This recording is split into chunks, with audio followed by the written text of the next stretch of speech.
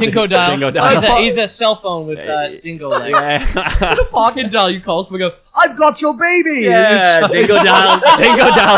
Dingo dial. Oh, that's good.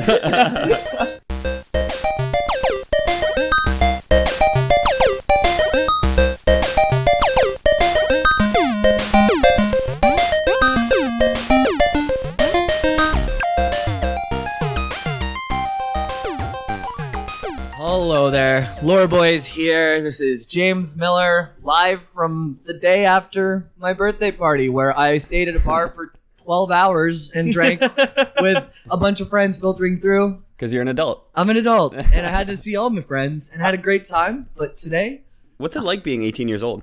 I mean, 21. If you're listening. no, we're all 26 now. I'm the youngest of the Lore Boys. You are. and- I didn't realize I was the oldest of the lore boys. Yeah, Mhm. yeah, We're all pretty close, though. that's it. Yeah. What is it? June, August, September? October. October 1st. His birthday's today, technically. Well, tomorrow. Well, it's the 30th. It's the 30th today? It's the 30th today when Time we is- record, but by the time you listeners hear this, my birthday will have been yesterday. Time is a flat circle. Yeah. Yeah. We've learned anything from last week in the internet. That was an odd place. I'm very happy to be back on solid ground here. Yeah. Now it just outside the music museum in Memphis, Tennessee. Yeah. Yeah. It's nice of them to let us sit here on the sidewalk and record. Yeah, Yeah, that's record it. it, yeah. I had so much Tennessee Beautiful. whiskey yesterday, Yeah. and I feel like a ball of crust. Uh, This is my second time in Tennessee. It's quite nice. Oh yeah. Yeah. What was your I first? drove time? through once. I went to the Bonnaroo Music Festival a few years ago. Lived basically in the desert, and I saw Tom Petty Oh, that's and Paul McCartney, Wu-Tang Clan, Oh, a bunch of dang. like country acts. cool. Sounds pretty eclectic. Yeah. I love like the idea of Wu-Tang Clan opening for Keith Urban or Yeah. something. Yeah. Hey, they were pretty cool actually. They had a sick pit too. Cool. They asked cool. for it. They were just like, "Let's get this pit up." Let's Like, yeah, open up a pit for Wu-Tang. Hell yeah. Oh, hell yeah.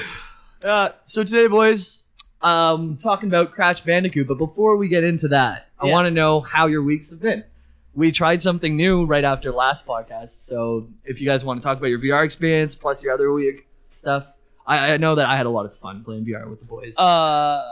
Like some of the most fun I've had Yeah. playing games No, it was fantastic. in ages. Yeah. Yeah.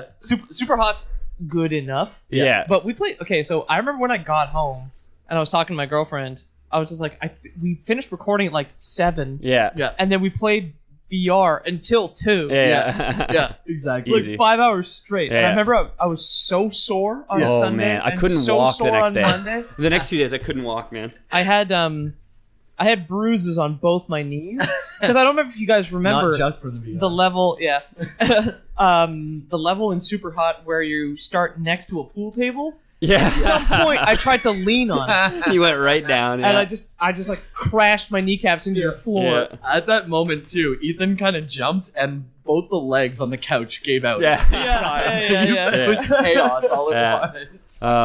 once. Office simulator. I walked into a wall Yep. Yeah. Yeah, you because I walked tried to into leave the cubicle. Yeah. And the real life walls were very expertly placed right where the edge of the cubicle was. Yeah. Oh yeah, and you were saying like Nambi got sick playing rigs. Yep. I didn't. Like I had no VR sickness at all playing Yeah. anything. I was 100% comfortable through every demo, every game. Yeah. I totally understand how rigs could absolutely pulverize Mhm. someone's inner ear Yeah. and then make them so sick. Yes. Because you're in a walking mech with your legs hanging down, and it has like jump jets or Yeah. whatever. Like I didn't understand what the fuck to do in that game. Yeah. But like I understand how someone would get mad sick Yeah. playing Yeah. that. I totally get it. I think the objective is you have to basically get a power up that makes you like the ball, basically. It was like Yeah. soccer. Yeah, but you're the ball, and then It's once you blitzball. become the ball, you have to run up this hill and like jump into a hoop. But Yeah. people can kill you all the while. Yeah. You have to switch between like defensive mode and weapon mode, and Yeah. Yeah. and being the ball mode. Yeah. We were all pretty wasted too. Like Yeah. that was Yeah. a crazy. That was one of the first nights the Lore Boys didn't have any like real Lore Boys shit to do the Yeah. next day. And we Yeah. got to hang out like all Yeah. night. Because I had a real weekend. Too. Yeah, exactly. A medical lore question: does drinking alcohol like help inundate your inner ear? I was actually going to prevent bring this up. Motion sickness? Yeah. I don't know. I think it does because I've tried both, Yeah. and I think it's dissociative whenever you Yeah. are a little bit drunk and you don't feel so attached. What about to when it. you're very drunk? That makes sense. Yeah. Yeah. I think by the time we hit rigs, we were pretty wasted. Yeah. We for fuck's sake, we put the delivery guy. Oh, that's true. I forgot about that. I ordered souvlaki. You ordered Greek food. And he like asked us what we were doing. Like he's like, oh, what are you guys up to tonight? You guys having a party? I'm like, nah, actually we're just playing VR. You want to try it? And that's not even my house. Yeah. No, this delivery guy wants to try VR. Yeah, and you yeah. guys just like dropped him into super hot. Yeah. And he's just like, yo, I gotta tell my wife about this. Yeah. That was great, eh? What was his name? Do you guys remember his name? Khalil. Khalil. Was it yeah. Khalil? Yeah. Big shout out to that's- Khalil. Yeah. Thanks, Khalil. Yeah, it's definitely good. Immortalized now on iTunes. Yeah, there you go. Did you play any like other games in your real life, or is it mostly VR for you? Moi, you're gonna give this Well, one. Peter, why don't you start? I'll start. Yeah, I played a few things. So I watched a video essay by a YouTuber who I like a lot called Joseph Anderson Okay. about Hollow Knight, and I was like, you know what? I hate this game. Maybe I'll give it another shot. You're such a masochist, dude. It's your video games. It's an indie game, so it downloaded really quickly. I played it for 20 minutes, and I was like, wait, no, I truly hate this Yeah. game. Oh no, wait. Which is too bad because everything about it I should like, but the fact that every time you hit something you get knocked back, Yeah. I'm like, don't take control away from me in combat, you fucking Yeah. maniacs. When you're doing something. Yeah, exactly. Good. Yeah. So like you can't get a 3-hit combo in on a boss because your second hit will knock you out of range of your sword. And I'm just like, I hate this. Gotta I get checked good, for man. mods just so I could experience the music and the art. I checked Yeah. for mods. There's a couple of mods, but I'm like nothing that would, nothing that would help. overhauls the game, the Exactly. combat mechanics. Yeah, Yeah, and which so is I not just- surprising. I can't do Hollow Knight. Is it a dungeon crawler? What is it? Yeah, it's a Metroidvania. So it's Yeah. a 2D. So it's a side scroller. Platformer. Okay. And for me, honestly, it's like the combat absolutely ruins everything about the game. It's a catastrophe. Oh, yeah. Oh, no. It's not the game itself. For me, it's a personal catastrophe because I love everything about it except playing it. Okay. Like watching Joseph Anderson's video, which is like an hour and a half, was incredible. Yeah. To watch someone who got good at it and got the hang of it, Yeah. it's my brain and this game don't mesh. They're like oil and water. I don't get it. Yeah. Like I could learn Dark Souls, I can learn Yeah. Demon Souls, I can learn Prey and the Banner Saga and XCOM and all these other notoriously hard games. Yeah. I can't do Hollow Knight. That's it. That's fair. The weird thing for me is that I know you like Dark Souls. I know you're good at Dark Souls, and the hardest thing for me to learn in Dark Souls was don't overextend. You know what I mean? Don't go for that third swing when the 2 swings will let you do damage and not get hit. So it's just funny that that's the thing that blocks you. Well, in because you're Hollow Knight. constantly having to push the analog stick towards the enemy you're attacking Yeah. to compensate for your sword knocking you back. So when they're out of their downed state, because it's a platformer, so Okay. you do enough damage and then they like fall down, they're like Yeah, to open okay. them up to hits, Yeah. like an old game. Yeah. But you're constantly have to push towards them. And the first time you fight something, you don't know how long their down state is going to be. And Yeah. you can't jump on dudes to hurt them, so contact with anything hurts you. Okay. So you're pushing towards them, you attack, And then then all they of a sudden get up. they're back, and then they And hit you, and you you're just da- like, damage, fuck's sake. yeah. And every time you get hit, the screen like pauses, and then you fly off like it's Castlevania. Okay. The game is like really, really intent on taking control away from you, Okay. Yeah, only in combat. Like the platforming is incredible because you have so much air control. Yeah. The combat itself is just like, okay, what about when you need the most control? You lose it by attacking and by being attacked, and I Yeah. just can't get into That's it. fair. That's fair. And what else? I finally finished Prey Nice. once, and I'm going to play it easily 2 more times. It's so fucking good, guys. Cool. So fucking good. And then I started playing the Banner Saga 1. So I'm moving towards playing the Banner Saga 2, thus completing my summer purchases from the mid-June. Yeah. That's perfect timing because where we were, like, summer, like, pretty much ended on a dime, right? Like, Yeah. it is fall now where we are in the Yes, world. it was 32 degrees Celsius, Yeah. and then a thunderstorm rolled in, and when that thunderstorm was over, 6 minutes later, it was 11 degrees, Yeah. and it is still 11 degrees. Yeah. Which is actually kind of nice for recording because usually we're sweating the whole time. Yeah. Oh, dude, I was so sweaty during VR. Yeah. Oh, yeah. We all were. Yeah. Yeah. We all- Foggy goggles. Yeah. Oh man, even in this heat, like I did keep playing a little bit. And even when it's cooler, like Yeah. once you get into it, like you get sweaty no matter what. I have AC at home. It was on for 4 days. Yeah. Nice. Yeah, I do too. And I'm trying to think if I played anything else. No, yeah, I finished Prey and started Banner Saga 1. Banner Saga 1's really, really good. Yeah. Yeah, I mean, I loved that game already, which people already know, but really looking forward to finishing it. Really, really looking forward to the Banner Saga 2. Because it has a save transfer feature. Yeah. I don't know where the hell my save went. It's not on the Steam Cloud. It wasn't on my PC. Oh, yeah. I have it on so I have Android, to play through the whole game. Yeah. Oh, yeah. And then finally can get the Banner Saga 2, which hopefully will be right in time because assuming there's no technical issues, I will be buying Wolfenstein 2, the new Colossus, probably within a couple of days of it coming out. Beautiful. Yep. So I'm hoping to be finished everything I currently have to move into something new in whatever 2-3 weeks. Yeah, I think it's about that. Yeah. Yeah, I've got quite a few games in my backlog that I bought like even before the summer and haven't gotten through. Final Fantasy 15, after I had to reinstall, I just have not gotten back into it. Yeah. I'm hoping over the winter to find some time to get through that. I don't remember asking who your favorite boy was. Out of the cute boys. It's tough. I like I'm forgetting his name now, but It's the bad boy. no, I like the guy who doesn't feel like he quite fits in. He's like a little bit shorter than everyone. Like Gladio has this thing where he's the big strong guy. Noxious has a thing where he's like the prince. And then Igni's like the smart dude. Prompto. Yeah, I like Prompto because he's just like, he's always being funny and he doesn't quite fit in. And I just like his character. He's the meme lord. Yeah, he's awesome. Anyways, Ethan, how is your week? It was good. The ritual is almost complete. Oh, Oh, okay. good. Yeah, you've been working on this for since the first cast of those crystals, eh? Oh, yes. Yeah. I mean, it's a slow process, obviously, reawakening the old gods, but I've been speaking a lot with Shogoth, Yogg-Saron, and between the three of us, we're really close to a solution. Pretty soon, the world will be shrouded in darkness, and all of humanity will be enslaved. Then the only thing that'll ever remain is the Lore Boys podcast. Exactly, yeah. And then finally people will listen to us. Thanks to my help, we're going to be broadcast like right after the national anthem every morning in the new order. Directly into people's minds. Yeah, exactly. So there's a lot to look forward to in the coming weeks. It's going to be tricky to drive to work for 2.5 hours with us blasting into your skull. Yeah. In total darkness. Yeah. That's it. Yeah. Like darkness so dark it will devour the lights that come from your It can only be headlights. described as the absence of light. Exactly. A blackness so dark. So yeah, if you're listening to this, a lot to look forward to. Remember your ABCs of old gods taking over the world. Yeah. Don't panic. What are the ABCs? Duck and cover. Always be cowering is the ABC of the old gods returning to enslave all of humanity. Is You studied psychology. You should know this. Yeah. Don't make eye contact. Well, I know they have millions of eyes, and no matter where you look, it seems like they're always looking at you. But just don't make eye contact. You know what I mean? Yeah. You might have to gouge out your eyes. That's. I think a lot of people are going to have to. When you were studying psychology, they told you there's to help people with depression, to help people with suicidal tendencies, to help people cope with their mind being flayed by the psychic powers of an ancient squid. Yeah, right? exactly. Yeah. All these things. And if psychology's taught us anything, is always be cowering. Yeah. Exactly. Did you play any other games or just? Just blood sacrifice. Yeah, I've been. I was crushing D2. I actually did play some Banner Saga as well. I'm still.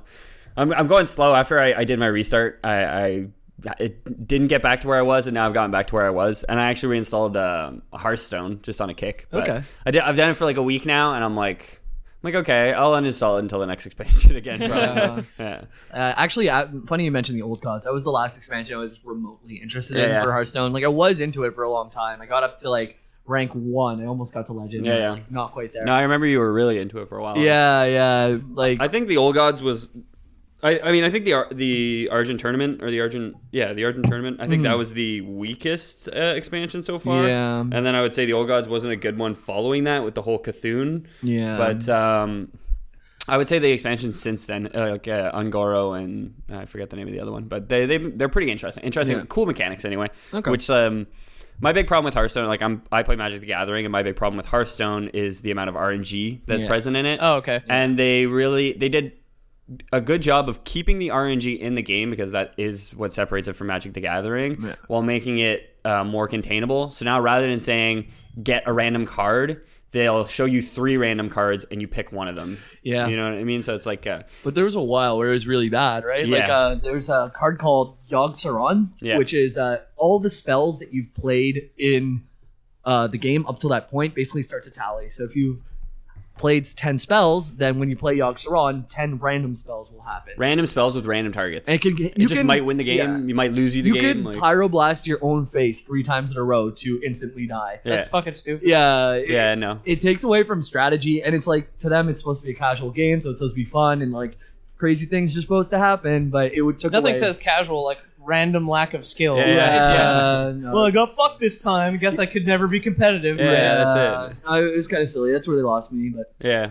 And the fact that the cards that have those crazy effects are so expensive anyway. So I tried to build like budget decks that work well. You know what I mean?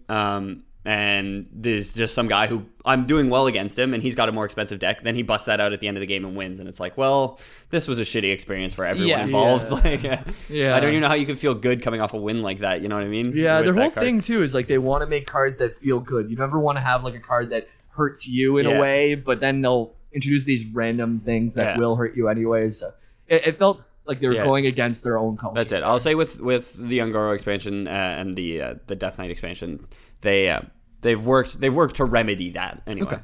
So it feels better than the last time I played it. Okay. Did either one of you ever end up playing Gwent? No, I not did. outside The Witcher. I did. I played the monster deck for like 3 days, and then I got uninterested. I just didn't want to invest so much time that I had to collect cards again. Yeah. Yeah. That's always the big thing with CCGs. Yeah. As someone who plays Magic. Yeah. Anyways, So that's it then, eh? Yeah, just about. My week was a little bit more Destiny. I did my dailies and whatnot, or weeklies. I'm up to 292 out of 300? what I thought was 300. It can actually go to 305 with legendary mods. Nice. Legendary mods are pretty easy to get by. Once you get to 280, you can craft these mods and kind of boost yourself that way. Oh, cool. Okay. Yeah, exactly. And like the higher your gear score is, the better your drops are. So you're encouraged to always put a legendary mod every time you switch out piece of equipment. Okay. So I'm doing pretty well there. More I of that still grind. haven't done the raid. I'm waiting for some friends. They introduced matchmaking this week. There's a patch that went Nice. out. It was originally I can't believe there wasn't matchmaking before. well, there that. was on Xbox, but it wasn't supported on PS4 just yet. That's okay. weird, considering Sony and Bungie are 2 peas in a pod Yeah. right now, and they've got that ex-wife thing with Microsoft where their child is being ground up into powder by 343 Industries. Yeah. Exactly. Yeah. But so what it is, it's called guided mode. So if I want to do a Nightfall or a raid, I can queue up and either be the guide with my clan who knows how cool. to do the thing, or I can be the person who's learning. Okay. And if you're the person who's learning, unfortunately, there's many more people. Yeah, queue times are huge. Yeah, it's like 45 minutes if you want to learn how to do it. That is brutal, Yeah. Oh my dude. God. Yeah, I also tried this at the beginning of the week when the Nightfall had reset, so nobody knew how to do it at that time. Okay. So the people who would I'm going to try it tomorrow, which is the end of the cycle. The weeklies reset on Tuesdays, so I'm hoping on the Monday most people have figured it out. Yeah. And you're rewarded for being a guide, basically. So most people hopefully will have made that transition to guide at that point. It's like in World of Warcraft why I always make a tank or healer is because dungeon queues are like 10 seconds compared to like 40 minutes if you're a DPS. If you're a DPS, yeah. I feel like this. I shouldn't be like, well, at least it's there now. But like, I'm happy that it is an option, even though it is a long time. Yeah. You don't have to have. If the alternative is you'll never get in because Yeah. you haven't made the friends, then it is better to wait 45 minutes. It's just, that's a long time. It's kind of annoying that you can't like roam the world and do things while you're in queue. You you have to be can't? in your spaceship and just like floating in the Oh, air. that's bad. Yeah. That's something that's got to get patched out. Yeah, but it's just how it always is when you're queuing up for things. You can't queue up in world. I don't know why, but if they fix that, it would be a lot better. Even if they just give you an option, like, do you want to enable you only queue up with like new players, like no guide in your group? Yeah. And you have the option to select that, so you get a much faster queue time, and then you can play through it. You're all going to be learning. You guys aren't going to know how to do it, but I'm not sure their angle on that. Why they haven't done that? because honestly, day one, nobody will have played it, right? Unless they're expecting like their employees and QA testers to like go out into the world and guide everybody Go on, through kids. it. Yeah. That's it. They like release their shepherds out too. Herd the sheep. Yeah. Yeah, there are a lot of clans who'll do it like midnight the day. No, of, yeah. and, It's always a race, right? Yeah, exactly. Just to get your luminous engrams that scale with your level or whatever. Other than that, Luminous what? luminous engrams. They're That's loot, right? engrams are Assume. basically the loot that is unpopped that you have to go to the cryptarch to open them up. So it's like you get a purple, pop that and you don't cryptarch. know what it is yet. Yeah. So usually you have 10 slots. You'll fill up your whole thing, and then you'll go home and pop all your loot and be like, oh, that was a good run. Okay. And luminous engrams are the version of those that are not soft capped, where they're not like right now. I'm always getting loot that is 5 below my level, Okay. which I break down for currency that I can spend on weekly traders that show up in random places or whatnot. Okay. But luminous engrams will always be higher than your current light level. Oh, cool. So you usually have like 5 opportunities a week to get these. So Okay. it's kind of like you have to do the raid, you have to do the nightfall, you have to do your weekly crucible stuff, which is the PvP.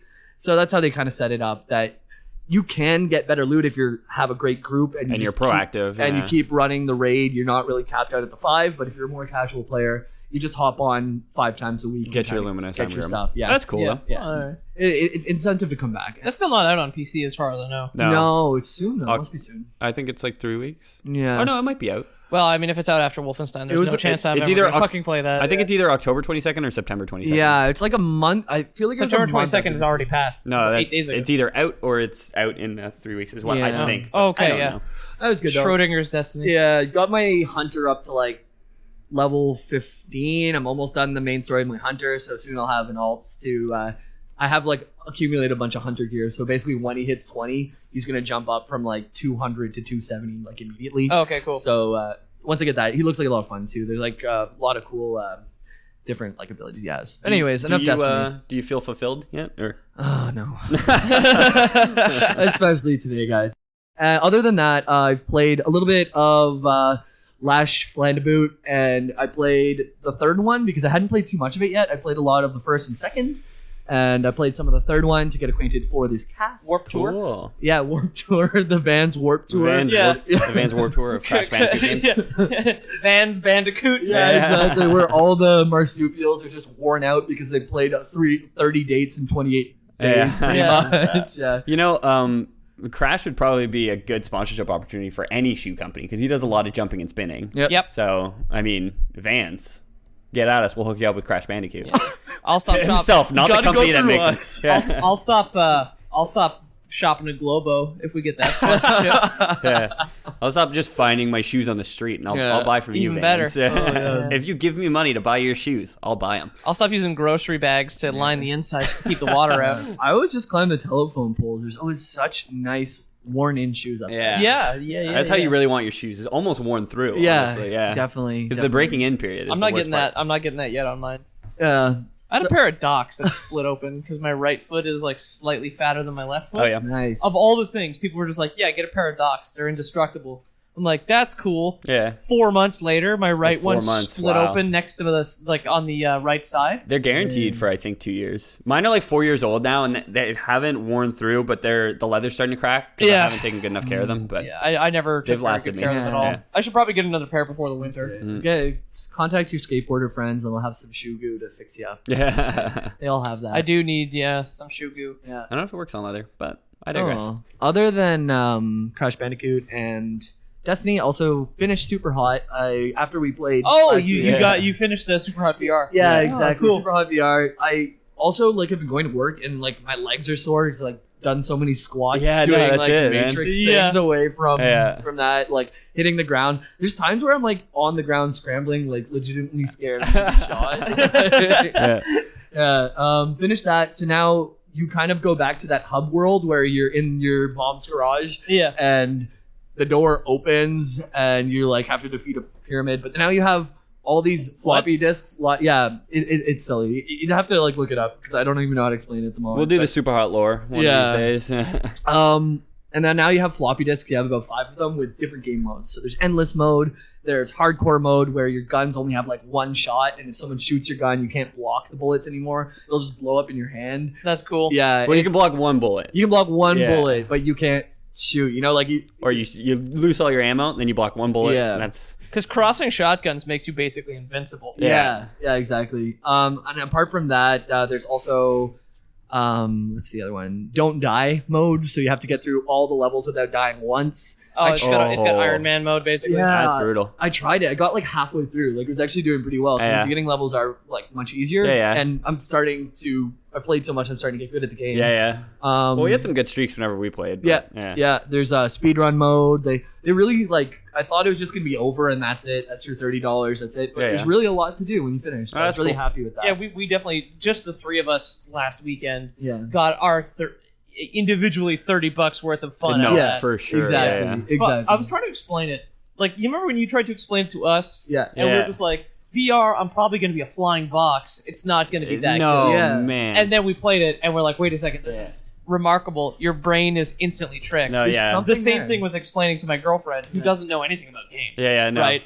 And I've always been like, you ever want to try something? She's just like, listen, man, I already don't have tons of time. Yeah. And, like, reading and school take up a lot of my time. I can't I can't risk getting into something like this because then I will have no time. Yeah. But explaining it to her too, who doesn't even understand how you get lost in a video game, how to get lost in VR. Yeah. She's like, oh, I was like, but like legit, you have to try it. Yeah. Like, it's insanity. Everybody listening, like, definitely try it. Try if you ever have VR. the opportunity to try it, because I was always one of those people that was like, oh, it can't be that immersive. Yep. Like, you watch people online, they're like falling over. You're like, that's silly. I would never fall over. And I walked into a wall within 30 seconds of putting the headset on because we also played Carnival Games, which has like a rock wall type thing. I don't think Peter got to try play it. Yeah, No, Ethan did though. But so you start off right. Ethan glitched it right away by like climbing the ropes from over top. So easy. Yeah. But you kind of have to like swing from ropes and climb this rock wall. But you really feel like you're high up. Like when you let go and you're falling, your inner ear makes you feel like you're falling. I tripped in my apartment like 3 times when I played that alone. That game, the rock climbing one, probably made me lose my balance more than anything else. I kept trying to lean on the wall that was in front of me, and it just like wasn't there. So I kept just doing this little stutter step trip. Like I always felt like I was kind of like slightly on an incline and like about to fall backwards the whole time I played that one. I didn't play that one. I'm remembering now because I was eating when you guys launched it, and then I was too full, and I was like, I don't trust. I don't trust all this booze and souvlaki with that shit. That's fair. Well, also bought a new game for VR this week. It was only $4, so I was like, why not? Why not? Yeah. Say that 10,000 times. Now you spent $40,000. Good job, James. Idiot. Why are you so frivolous with your money, James? Stupid. It's called Creator, I believe. Okay. So the concept is you are a god, and everyone wants to be a god. So it's just like my real life, is what you're saying. Yeah. So you look around and there's stars everywhere, and you have a planet in front of you. Okay. And you have your hands, and it's with the move controller, so it's 1-to-1 movement. You can move all around, and you can grab the planet and turn it around as you will. Okay. And as you turn the planet, the stars around also move. I remember when I first launched it, I saw the planet, I started looking around, there's stars everywhere, there's distant planets, and I look behind me, and there's this giant blazing sun. And I'm like, wow, this is amazing. That's cool. It is kind of like lower res, because it is a cheaper game, but it was really good. So you kind of have like these little people, and you can basically encourage them to flourish. Okay. So you have these little people, I think they're called like amiibos or something like that. Okay. And you eventually get a temple, and you have the power of rain, so you can grow like these rainforests and these trees, and eventually get like wind powers. Eventually get a torch, and you can like fight off these evil flowers that show up. Okay. And you have certain goals that you have to meet. Like you have to make sure you put the 2 amiibos in the hut, and they have sex and make a little amiibo. Nice. And then the little amiibo wants to get some berries, so you have to grow some berries and get the little amiibo. And then all of a sudden, meteors start coming. Oh, fuck. Yeah, and you have to save your planet, and you're a god, and you turn around, and these meteors are coming, and you're like blocking meteors with your hands, trying to save your little creation. That's really cool. Yeah. It's a really short game, but it was a really fun game. And there's That's 2 cool. more planets of DLC that I'll pick up at some point. I think they're actually free. So Another $8. There we go. Huh? $4 on this planet, $4 on that planet. Next thing you know, you're living under a bridge. About 10 minutes at Jamie's birthday yesterday because I had a bunch of other shit to do. Yeah. But I did talk to friend of the show, a woman on the internet who recommended a bunch of shorter games to me that arguably I already knew about, but like I'm glad to get a recommendation because they look good. So I don't think I'm actually going to listen to her and try Firewatch. I am so not fucking interested in that. I have no idea what that is. Definitely going to try Oxenfree at some point. But this is She recommended that to me as well. Just on the subject, Right? Yeah. And just on the subject of shorter games, because I was complaining about not having time. Yeah. But yeah, so that's basically it. I'm gonna probably try Oxenfree at some point. Next time it's on sale. I just don't like I don't know what the actual term is, but like the reductive term is walking simulator. Okay, So, like, I never played Dear Esther, and I never played Gone Home, and I never played Firewatch. I've never heard of any played, of these games. I never played Tacoma. Like Again. I hear they're all great, but Yeah.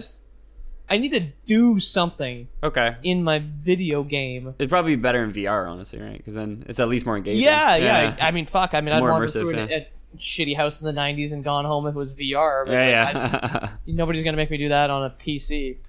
Which I guess I'll just get into. Like, that's why I like Prey so much. Yeah. Prey is like the ultimate domino game. Its design philosophy was so much like, let's use modern technology and kind of modern technology and level design to make an old style PC RPG. Okay, Like, cool. it's not a shooter. Like this was another video essay I watched where the combat's more of a puzzle than anything. So, but it's Prey. It was so much my game, and I remember every time I bring it up, I'm just like, they designed it for me. It just was designed for me, and then I finished it. And even though the ending is like esoteric and weird, I was just like, oh, it's so good. I just want to play it again. Yeah. Because so at the end, you end up speaking to 5 characters. Okay. Okay. And I'm not going to go into any spoilers because the game's still fairly new and people really should play it. You end up speaking to 5 characters. One of these characters was just like, yeah, he helped me.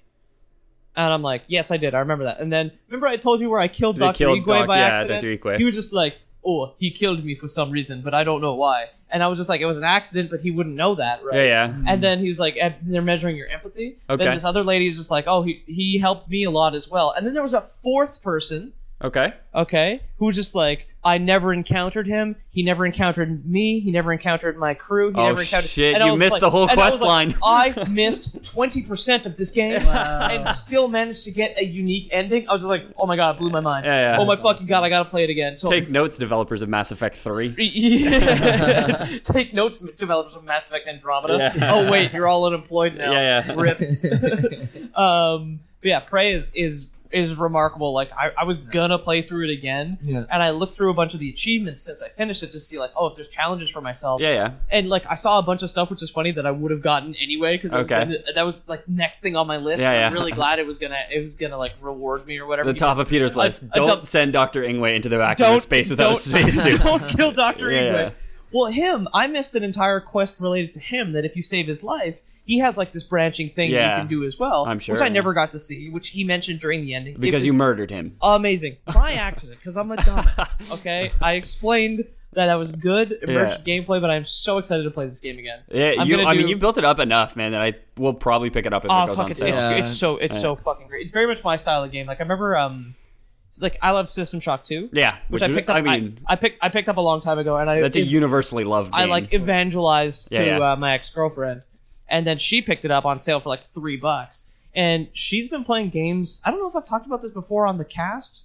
Anyway, she's been playing games. Like she's older than me. Okay. She's close to 30 now. Whoa, Peter, dating an older woman. She's been playing games since like before I knew what games were, because she was like NES, SNES, PS1, PS2, PS3, PS4, Okay. PC as well, like through all of it. Yeah. And like System Shock 2 is hard enough that her first run took her like 26 hours. Oh, yeah. Yeah, like it fucking crushed her. I remember like every time I'd see her, I was like, how far are you now? I was like, oh yeah, I made it across the room. And I'm still alive. Yeah. And Prey's a lot like that. Okay. Like, I recommend that to a person who's played like OG Deus Ex, System Shock 2, the first Half-Life, fucking maybe even Baldur's Gate and like Neverwinter Nights, like old fucking Nice. games. Yeah, Cool. like it's incredible. I'm sad it didn't sell well, but I'm really proud, despite the fact that Bethesda does some like sketchy shit now. Yeah. I'm really happy that Bethesda still lets people develop what they want. They're not like EA or like Ubisoft, where they're just like, make sure there's collectibles, make sure there's DLC, make sure Yeah. there's 5 currencies that we can sell for real money. Like Prey is just a video game. All the content's on the download. Yeah. Right? Yep. And it feels more like everything that was put in there organically, and not like you say It's because somebody in the business department said we want this It's in there. very, very reactive to Yeah. a lot of stuff as well, yeah. And then there was one other thing. It also is an arcane game, and the reason I didn't buy it on launch, despite how horny it made me, was because Dishonored 2, which I mentioned before, launched as broken garbage and completely negated the sale of Death of the Outsider. It's published by for me. Bethesda. But, Day one bugs. well, that's the thing. So Dishonored and Death of the Outsider are on the Void engine, which is Arcane's like in-house trash engine. Prey is on CryEngine. The same is as it? Crysis and like That's MechWarrior Online. yeah. Oh, okay. Super scalable, runs buttery smooth. Yeah. My computer's like a year and a half old. I'm running on max settings. It's Nice. absolutely gorgeous. Nice. The only time I had like some weird stutter is because my computer like decided to shit its pants It out of happens. nowhere, and I rebooted it. Yeah. I was like buttery smooth, 60 FPS on max settings the whole way through. Yeah. And like that makes me trust that half of Arcane. Okay, cool. Arcane Austin. Yeah. The Arcane in France who make Dishonored can fucking, they can fuck off for all I Yeah. care. Yeah. But the American branch, I'm very much supportive of. Yeah. And anyway, that's the last time I'll talk about Prey on the podcast. I promise. I'm sure. I'm Yeah. sorry. I'm sorry. I love it so much. Well, that's enough burying. I was, the lead, I think. I loved it enough to think of like BioShock and Half-Life, which I have tattoos from. I was Yeah. like, I wonder if there's something from Prey. Dr. Ingwe flailing in the vacuum of Just, space. I'll just get Dr. Ingwe's portrait on my ribcage. Just like Never forget. never forget, and like Yeah. my playtime that he was alive, like Yeah. 10 hours to 12 hours. Yeah. But yeah, I was looking for like some low key enough shit to get a tattoo of. Like Prey came out of nowhere for me Yeah. personally, and I take it like if I was the only sale that game made, I'd consider it worth it. Like, I just, yeah. But let's get into Yeah. let's get into some other games I have a lot of experience Yeah. We're with. talking about childhood Crash classic. Bandicoot. So I'll start off. My experience with the game is I've played 3 a lot when I was young, 2 and 1 at friends' houses, and a little bit of Crash Team Racing at friends' places. And recently have picked up the Insanity trilogy that came out. I mentioned it on the podcast when I bought it, and I think I bought it impulsively after a podcast as well. Yeah, really, really, really good game. Having a lot of fun with it. It's really, really hard, but it's rewarding when you finally beat that level that you're playing for 2 hours. I stood up shouting like, "Yes, fuck this game!" whenever Yeah. I beat the high road. You know, Yeah.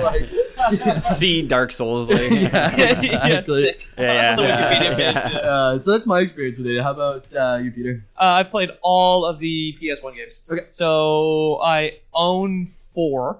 Okay. I own 1, 2, and 3. Yeah. I've never finished any of them. Okay. I think my mom has. My mom has my PS1 now, and most of my PS1 games, because her and I we used to play Medieval together. Nice. In Medieval and Medieval 2. Yeah, yeah. She beat Medieval 2. So she used to play PS1 when I was a baby. She played Resident Evil 2. Okay. So she already has some experience, and like after some practice, like re-unlocked her PS1 skills. Yeah. She beat Medieval in like 8.5 hours. It took me 8, so it's like yeah. barely, like especially for someone who's old, Yeah. and hasn't played video games in Yeah. an age. If She's just like 100% it too. She Yeah. 100% it before I did. Okay. She's like, I was just like, oh, did you finally finish Medieval? She's like, yeah, but I got 100% it. I got to get all the chalices. I'm like, shit, that's hardcore, mom. Yeah. And then I went back and 100%ed it. If Well, she's yeah. beat Crash 1, she's better than most today gamers. Yeah. Because I that don't- is a hard game. I don't know if she's beat Crash 1. She Yeah. has it. Okay. Because my Crash 1, my Crash 2, and my Crash 3 are at my mom's with my PS1. They're hooked up to her TV. I don't know how often she plays anymore. She plays more. I guess now that it's autumn, she'll probably play a hell of a lot more because she gardens. And then I played CTR, Crash Team Racing, which is my favorite OG old kart racer. Like, personally. Like, I played Diddy Kong. I played Mario. Yeah. CTR for me is the littest kart racer. Who did you race with? Engine.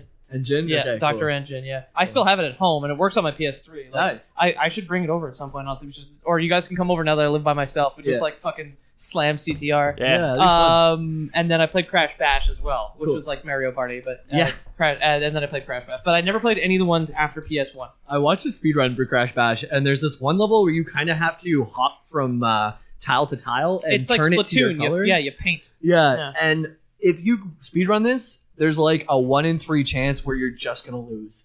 Like, Really? Yeah, it's like one of the hardest things in speedrunning. It Oh, makes yeah. like these top 10 lists all the time What a because random like fucking thing to speedrun. yeah, Crash Bash, yeah. People will Every- speedrun anything, That's man. it. Yeah. There's That's not it. a game out there that's not speedrun. I actually, I watched the first half of The Last of Us speedrun. I was like, this is the definition of a game that you should not be speedrunning. Like, Yeah. It's this beautiful cinematic game. Yeah, skip the yeah. cutscenes. Nothing's gonna make sense. Well, it's unskippable cutscenes too. Oh fuck. Yeah, so Oh, you're just man. like there. Like, that's another great Naughty Dog game. I love Naughty Dog, yeah. man. They have such good Jack games. and Daxter. Oh, Jack and Daxter. Crash Bandicoot. They- I don't think they've made a bad game No. yet, eh? Naughty Dog stopped I couldn't tell you, making yeah. Crash games in order to move on. They wanted to kind of Yeah. separate themselves from. I'm blanking on the name right now, but they were basically kind of tied down. I think, by Sony to be able to do things. Or maybe not Sony, it's someone else. Universal. Universal, that's it. They were tied down by Universal, and they couldn't. They're like, keep making Crash games, and then they're like, okay, well, we can't make anything else.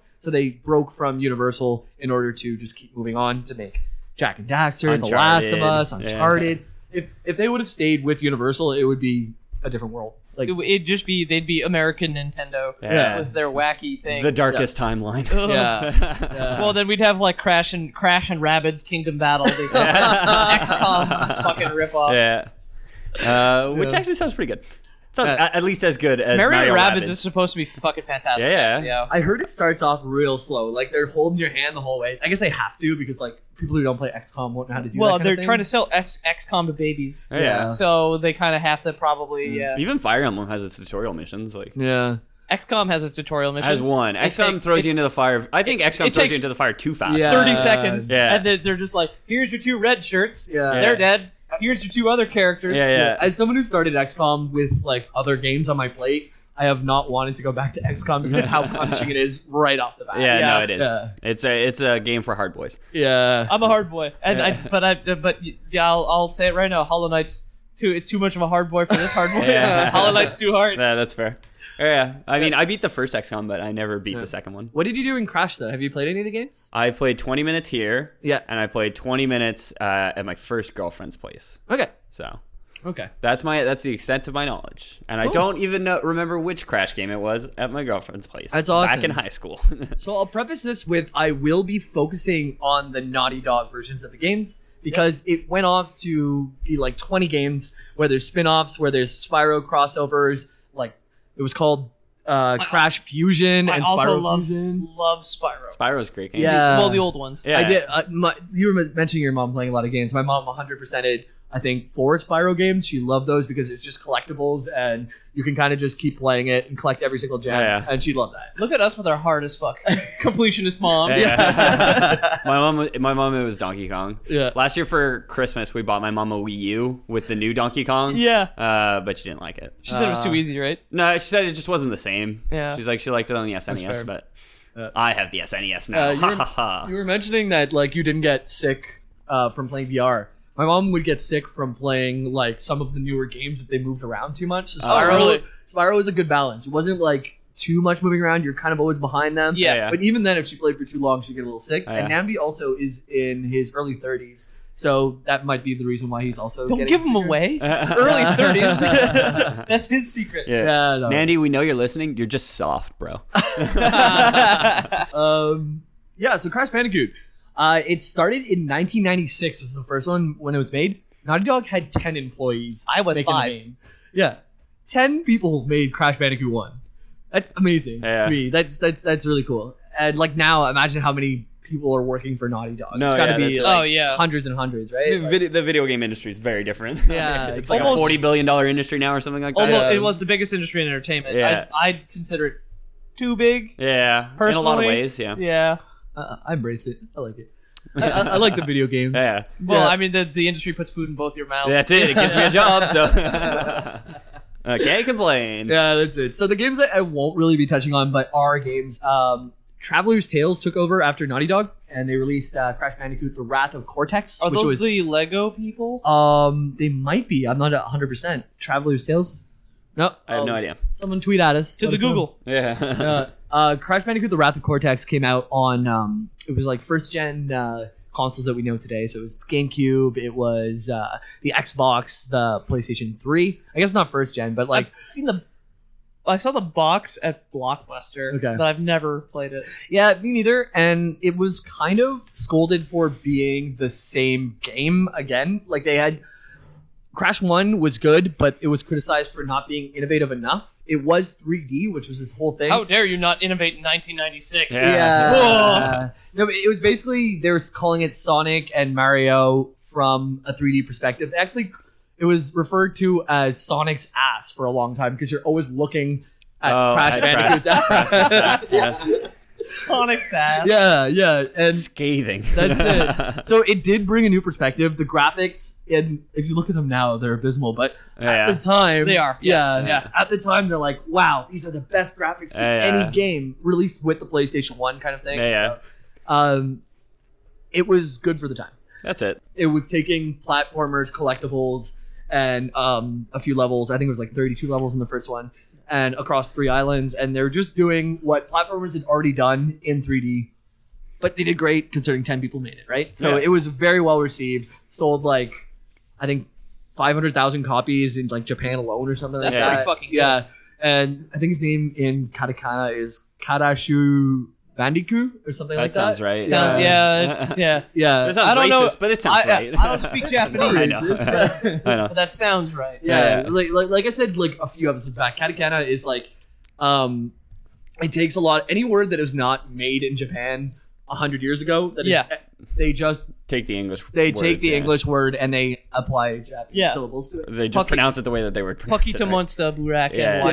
Yeah, exactly. It's still my favorite Pokemon. Yeah. I always wonder like what that means to Japanese people because Bandicoot means something to us. It's a marsupial from Australia. Australia. But when yeah. they say like Bandicoot, like what does that mean to them? It's just It probably I mean, still means like jumping desert rat, but yeah, that's all it means to me. Yeah. Well, it's like they invented the word. Yeah, I wonder what the word for Bandicoot is in. Maybe that's the word for Bandicoot in. Yeah, that's right, in because katakana. yeah, it's true. A Japanese person probably never ran into a Bandicoot until at least 100 years ago. They pro- I've never seen a Bandicoot. They probably ran No, into. they're They probably only in ran into Australia. Bandicoots before. I mean, we did. Right? They're only in Australia, but yeah, they would. They are much closer to Australia than Yeah. we Do are you think here they in Memphis, ventured down there at Tennessee. any point? Yeah. So the point that I keep trying to bring back is that first one was good, not innovative. The second one was a lot more innovative. They added different levels, like where you're doing different like riding polar bear stuff, and like add a couple more mechanics. Oh yeah. You get your slide, you get your jump slam that you didn't have from before. And then the third one was even more innovative with like Sea-Doo races and things like that, where they had a much more. The games progressively got easier as well. I think that goes hand in hand with having more memory for the game because if you have a shorter game, you want to make it harder. So Yeah. the person Takes got longer, their yeah. $40 worth or whatever it was back then. But there's also some of the polish. Like I've never felt good at Crash 1 Yeah. because the OG is like some hardcore 90s Yeah. jank. Yeah, Like, no, it is. yeah. It is. It's you kind of slide a lot. Yeah. And there's also the philosophy there as games have gotten progressively like much easier. You know what I mean? Like old school games, they used to be like they just never ended. Well, You they just died used, eventually. they used to like- care about you getting your money's worth. Also, Yeah. Yeah. which just doesn't happen. So anymore. like right now you can get 80 hours out of Destiny easily because there's so much content and there's so much memory that they have Yeah. to devote to the game and continual updates and stuff. But for let's say Crash, where it was just this is what you got. There's You got 32 700 levels. meg CD. Yeah, Yeah. exactly. On that powerhouse of a PS1. I don't know the specs of it, but it would probably be like the worst of these days. Right? Well, We're probably all carrying around a cell phone right now that is 1,000 times Yeah, more exactly. powerful than the PS1. Exactly. There's a classic example of with the Sega Genesis, the soundbite at the beginning where it goes Sega. That took up like 3/4 of any game's RAM. yeah. just to produce that sound It because was like a 4-part harmony, Yeah, and that's like it. it was Yeah. like it was a lot. yeah. Not to mention all those sick Michael Jackson beats from Sonic 2. Exactly. Yeah. So yeah, they got progressively better. So I touched on the Wrath of Cortex came out. Wasn't as well received because it wasn't innovative. They took the same old formula that they had for Crash 1, 2, 3 and just released it in a time where consoles had progressed so much. That was on where GameCube, right? Yeah, that was on GameCube, Xbox, and PS2. PS2. It would have You're been, right, yeah. You're right. Yeah. PS2. And after that was Twin Sanity, which was received a little bit better. So this one, the concept was, I'm not going to touch on it a lot, but we're just going to do the intro. So Neo Cortex, who is a bad guy, we're going to talk about him more. He, you could play as him and Crash, and you kind of work together, kind of like Mario and Luigi Superstar Saga, where you had to Oh, great game. use each other to like solve puzzles and Yeah. things Oh, like okay, that. yeah. So you were The controlling RPG. two at once, and it was you and the bad guy, and you would like sometimes would fight each other, which was the spin move, and like there's different Yeah. things. It was innovative as far as Crash goes. Wasn't as well received as the Naughty Dog games because it's not Naughty Dog. Naughty Dog does amazing games. Right? Yeah. After that was Crash of the Titans. This is reaching on like past 2005. Oh, wait a second. I knew about this one. Yeah. This is the 360 one Yep. where you like ride monsters. Yeah. So Yeah, you fight all the old Greek gods. no. Yeah, exactly. It's the god of war of Crash games. Like, Kratos had a spin move. Yeah. Same thing. As far as the other games were 3D, they were still following the platforming archetype where you kind of walk down a lane to get to something, right? Yeah. This one went more in the Mario 64 open world type of thing. Okay. So you could be open world and you could take control of these titans and smash a bunch of shit. Okay. Cool. It was received fine. Very It wasn't the best game. Yeah. Mind Over Mutant is the one I know the least about. And as far as I know, Neo Cortex takes control of the titans, and you're back in a platforming type thing with a lane that you have to basically save the titans, and you probably ride them around. I don't know much about it. Tell us about it, but that's not what we're here for. What you're here I for never is even the heard non- of this game. Yeah, me no, neither. exactly. So Crash Bandicoot, where does it start? It starts before Crash Bandicoot. Obviously. There is the what's not protagonist, antagonist. The antagonist of the game is Dr. Neo Cortex.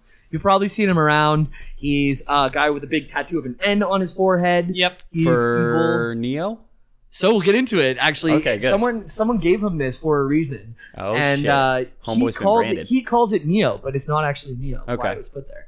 So He's complex. Isn't Yeah, he? he Yeah, is. he's got depth. You know what I mean? Speaking of, he's a psychopath. Okay, Yeah, this guy yeah. is crazy. This guy will manipulate other people Yeah. to his will. Basically, if he wants something, he'll use other people. If he's like wildly different in his behaviors. One minute he's like an ultra powerful person who is like exploiting people. The next he's like a shriveled man who's just like, no, don't hurt me. Yeah. He's like he's completely unpredictable, and he's a great villain. Yeah. Yeah, so we'll go into his backstory, because to give his Please do. backstory, this came out with Wrath of the Cortex in the Gamer Handbook. Okay. It kind of like dug into. So where this is he the one from- made after Crash 1, 2, 3. Yeah, this is kind of the retcon in the And story for the. This was the one by Traveler's Tales. Yes, The that's creators right. of the Lego. That's video right, and Crash of the Titans and Mind Over Mutant. I don't know what that. I googled it. Oh, they okay. are. Yeah. Crasher of the Titans and Mind Over Mutant were by Radical Entertainment. Okay. It gets really complicated though. Like, I think Wrath of the Cortex was published by like a different person Yeah. for every console. Was like developed mostly by Dev Travelers, and then there's a bunch of like handheld. It's really complicated. It's a classic example of too many cooks. Yeah, Yeah. Right? No, Yeah. Naughty Dog gave it up because they wanted to move on to greener pastures, and everyone's like, "This thing makes money. Let me get my hands into it." Yeah, no, that's it. And it just kind of went off the rails, and it was never as popular as it was when it was with Naughty Yeah, Dog. because when everybody's motivation for making a video game is finance, it Yeah. never Yeah, fucking no, works. that's yeah, it. exactly. So Neocortex, for those of you who don't know, he looks like he kind of has like a flat top of his head. He's bald on the top. He's described as a short man who has yellow skin, like he's jaundiced. And he's Yeah. Well, a lot of that's funny because a lot of the games take place in a jungle setting. you Yeah. know? So maybe he is. yeah. Yeah. Homeboy's got malaria. Yeah. Kidney failure, man. He's got that new super malaria that's resistant to vaccines. He's just like a very angry short man with jaundice, and Has big he head. has an N on his forehead. He actually, I love his background story. I never knew it. Okay, what he did, he spent his youth as the youngest son in a family of circus clowns. Oh, I did know this. Yeah. Yeah. You're bringing back a lot of blasts from a Yeah. lot of pasts right Yeah, now. so this isn't That's in true. the games. This is kind of retconned in through guides, right? And this is in the strategy guide for Wrath of Cortex. And unlike his family, which loved the spotlight and making people laugh, he spent most of his time reading science books, and he was kind of shamed. What a for it. nerd. Yeah, What a nerd. yeah. No son So- of mine's gonna be educated. I love the reversal here of like Yeah. this artist family who like shames their intelligent child. Yeah. Of That, cour- that would create a fucking psychopath. Yeah. Of course, I'll pay for your college, son, but it's gonna be clown college. Yeah, exactly. We can only afford to go into debt for $30. Yeah, exactly. At the age of 3, it's funny you called him a nerd. Some other circus clowns in the community pinned him down and Oh. tattooed the N onto his Branded him forehead. nerd. That's He's call him- 3 years old. 3 years old. This guy went through a lot of shit, like, very young. Like, you'll Yeah. see when we go through That his... would make anyone a psychopath, I think. Yeah, honestly. What, the forehead tattoo when you're 3? Yeah. People dressed as clowns, which is how you identify your parents. Yeah. as Yeah. clowns. Yeah. Like, Yeah. That's some American History X shit right Yeah. there. Yeah. So he was tormented by these evil circus people, and eventually a freak explosion wiped out his entire family Good. and left him at the age of 3 to fend for himself. How convenient that they accidentally bumped into this green box of nitro. Yeah. right? Yeah. That's it. So now he's 4 years old. He's familyless. He Wait a enrolls. second, he killed his family when he was 3? Well, it's a freak explosion. It's We don't know implied. that he did it. We don't know that he did it. Excuse me. Sorry. Yeah. It's innocent until proven guilty. That's Exactly, true. yeah. It was an accident. Yeah. It was an Of accident, course. and he's probably a good guy. And at 4 years old, he enrolls into Madame Amberley's Academy of Evil. So, Well, All right. Yeah. that's a There's school. so much pressure on kids these days to choose their majors at too young an age. Right? It's like 4-year-olds, like, what are you gonna do? What are you gonna do with the rest of your life? Your parents are dead. I don't know. I guess I'll roll and I'll I'll be pick a evil. major. Yeah, he just throws a dart at at a map, and it just lands on Academy of Evil. He's like, okay, 6 options. Yeah. Like Pope, yeah, nun, yeah. charity donor, I can go into Elon Musk, Yeah. evil. I can go to liberal arts. I can go into medicine. I can go into evil. I can- That's it. So he enrolls, and there he starts meeting his little evil bros. And this is Nitrous Brio, also known as N Brio. Yep. Embryo. Okay. Oh yeah, he's the guy. He's the guy with the underbite, right? Yeah, Yeah. exactly. He kind of looks like an Igor type guy. He has like Yeah. the Frankenstein screws in his head. He's kind of bald and hunched over. He Very likes cool. potions. He always has He's potions the with him. helper He's in Igor. the cutscene for the first game, right? Yeah, he's on and off friend. He's like on again, off again friends with Cortex. Cortex. They're Exactly. they're frenemies. Yeah, they're frenemies, exactly. Yeah. He's one of the bosses too, eh? Yeah, in a couple games. Okay, yeah. And he is friends with him in the first game, not friends with him in the second game, friends again with him in the third Yeah. game. But he's not very present in the third game. Okay. So he meets him there, and they're 4 years old, going to school. And he also meets N Jin, who is a little short dude with a rocket that's like lodged into the side of his head, Yeah. suffers from chronic headaches all the Okay. time. Yeah, he was my main in CTR. Yeah, Okay. exactly. Cool. Exactly. N Jin would be a good driving name. Yeah, it would be. Yeah. Well, he was like one of those like mid-tier racers. Like everybody had different stats, like the Mario. traction drifting or whatever. Yeah. He had some sort of stat distribution that like really jived with me when I was young. That's fair. So they're all labeled as nerds again, even in the Academy of Evil, and are bullied endlessly. And so what they do Good God. is they, to fight the people getting mad at them for being nerds, they study twice as hard to try and graduate early. Seems counterintuitive, but that's what they do because they think they're going to be valued for their smarts. Are they? I bet they are. Well, not That's why really. they turned to supervillainy. Yeah. Everybody loved them. Well, At about 8 years old, Cortex and Embryo graduate and move to high school. So they're 8 years old. Everybody else in the high school is a teenager. What about my high school boy age. and Jin? He kind of gets left behind. He's not mentioned at this point. oh no. Yeah, he's like their friend, but he's like they go to different schools now. They outgrew him. Yeah. exactly. Wow. So Cortex and Brio graduate, move on to high school, and they're mocked by cruel teenagers. So there's like 16-year-olds making fun of 8-year-olds. That is exactly how it would go in real life. Yeah. Let's not yeah. pretend like it wouldn't. Yeah. So this one, Cortex started doing evil inventions and stuff. And he started the prototypes for his Evolvo Ray. Although Embryo would create the final Evolvo Ray, what's his name? Cortex would take credit, for it in the yeah. end. I wonder if he would. He's like a Thomas Edison sort of guy. He's a Thomas Edison together. I wonder if he would ever use it on some sort of marsupial. So he might just use that on a certain marsupial. Only time will tell. What's a marsupial even? Got Marsupial? a pouch. It's a kind of Pouches lizards. Do pouch lizard? I think a marsupial is a type of mammal close to the rodent family that are It's got a pouch. mostly in Straya. It's got a pouch. Oh, I think it's a type of Marsupials couch. do all- Yeah, it's a lazy boy. Marsupials by lazy boy. Marsupials, lazy boy. Lazy boy's new recliner made out of possum skin. Like, Yeah, I got a possum leather recliner. Where you put your arms at the end, the little snouts and whiskers. yeah. So I You know, think it's real comfortable. Smells like garbage. yeah. So kangaroos are marsupials. Bandicoots are obviously marsupials. Possums are marsupials. Dingoes.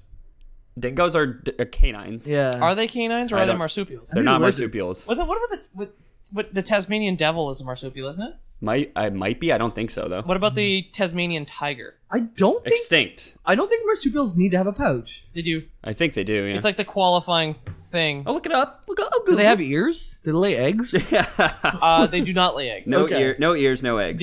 There is a name specifically for mammals that lay eggs. It's the echidna and the platypus. Okay. They lay eggs. What the fuck's a platypus, man? It's just evolution that didn't go great. No. Here we go. The opossum, the wombat, the Dipterodontia, All right. the Dasyuromorphia, Those sound like extinct animals. The Kadashu Bandicoot? They're in the Because pygmy they're in possum, Latin.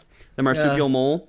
Apparently, a distinctive characteristic common to these species is that most of the young are carried in a pouch. Okay. Not necessarily, I guess. Okay. Then what separates a marsupial from like us in that case? I don't know. No. We're not marsupials. Are we not marsupials? My mom carried me around in a pouch. That's true. It was in the Yeah. front of her denim jeans, but it's the same thing. Yeah. The fanny pack.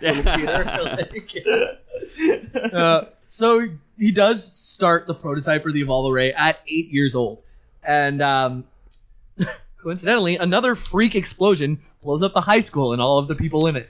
Okay. And This one's a nobody's little on the suspicious at nose. this point. No, Yeah. nope. And conveniently, Brio and Cortex are miles away in a plutonium mine while this happened.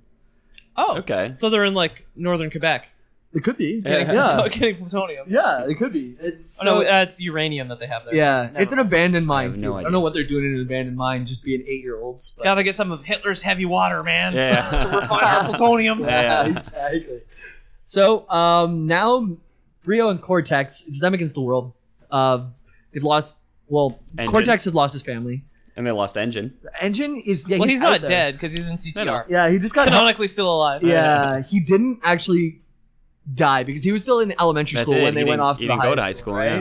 yeah. He was a super genius, but he got held back a little bit. He didn't graduate to high school at 8 years old. He had to sort out his anger management. He was a issues rowdy, first. yeah. Well, he had like such bad headaches. It's Yeah, hard that's to focus. That's why I assume he had anger Yeah. management issues. Yeah, You know, well, he definitely cluster does. headaches, dude. They'll fuck anyone up. Yeah. Yeah. So Brio and Cortex, they call themselves the Cortex Commandos. Because Brio did a lot of the science work, but Cortex was the front man. He's the charisma, yeah. Yeah. He's the Okay, bard yeah. of the group. Yeah, exactly. The short, balding, jaundiced man. Is the charisma. Yeah. He's a Tommy Lee. Yeah. Of the group. Because I don't know anybody else's name from Motley Crue. Yeah. I thought you were talking about Tommy Lee Jones, and I didn't get the reference. So. No. No, because Will Smith was definitely the front man for the Men in Black. Oh. He would have been, yeah. Not Tommy Well, Lee. speaking of Jones. Tommy Lee, Pamela Anderson was with Tommy Lee for a while, and Tana, who is Crash's girlfriend who comes up later, in Yes! the first game was modeled after Pamela Anderson. Yeah, Oh, yeah? yeah, that's true. Oh, That's funny. hilarious. Yeah. So, Brio and Cortex, they're evil geniuses at this point. They're 8 years old, and they just split up and start causing havoc all over the world. It's described as leaving a trail of scorched earth wherever they went. Nice. Fucking A, So dude. Biblical. this is what they do for a while, and they assumably meet up every once in a while and be like, hey, that town I fucked up. Cool, right? Be like, yeah, me too. Whatever. Yeah, The scorched skeletons, the children, man. So Yeah, cool. yeah. Exactly. So many freak explosions follow in my wake. Can you imagine if Dr. Cortex was just because he took credit for the Evolve Array? It's Yeah. called. Imagine he's just taking credit for all these like explosions that are happening, and in his wake he's just like, "Oh yeah, I did that. That was me. I did that. I'm a real evil dude." Yeah, so they go on their way and leaving their scorched earth trail. And Cortex, at a certain point, realizes his small jaundiced body won't pose a threat to a lot of things. What does he do? Does he make a mask? Well, no, actually, he can do science things, but that requires a little bit of prep. You Start know, playing an organ beneath an opera house. that would be pretty good. Maybe he does. If he didn't, he would at least take credit for it. Yeah. Oh yeah, that's true. It was me all along. Yeah. I've never seen Phantom of the Opera. No, he Have you seen Cortex at the opera? Good thumbnail. a cerebral film. Yeah, that's true. A very, very good thumbnail. Yeah. A cerebral Oh film. yeah, that's good. Cortex. So he's like, what should I do? What do? I can't. I'm not strong. What can I do? He's like, Me no Evolve strong. Array. That thing.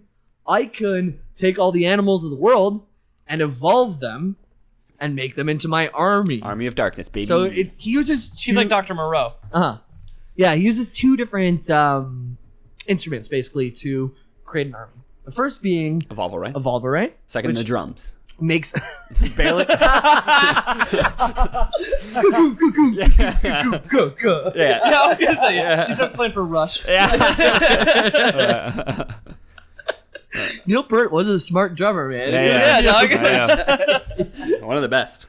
That's it. By the way, we're still in this Tennessee. We just know that reference for no reason. Yeah. So uses the Evolve Array, the second Dr. instrument. N. Kurt. Yeah, and first. You can kind of get like an Emperor vibe off of that Yeah, too, yeah. if you kind of slur it a little bit. Impert. Yeah. That's how we would say it with our Tennessee Southern drawls. Impert. Emperor. Yeah. Emperor drummer. I've spoken to a lot of people from the States recently. Yeah. I've taken over some of the American account coverage. Yeah. Man, I love talking to Yankees. It's great.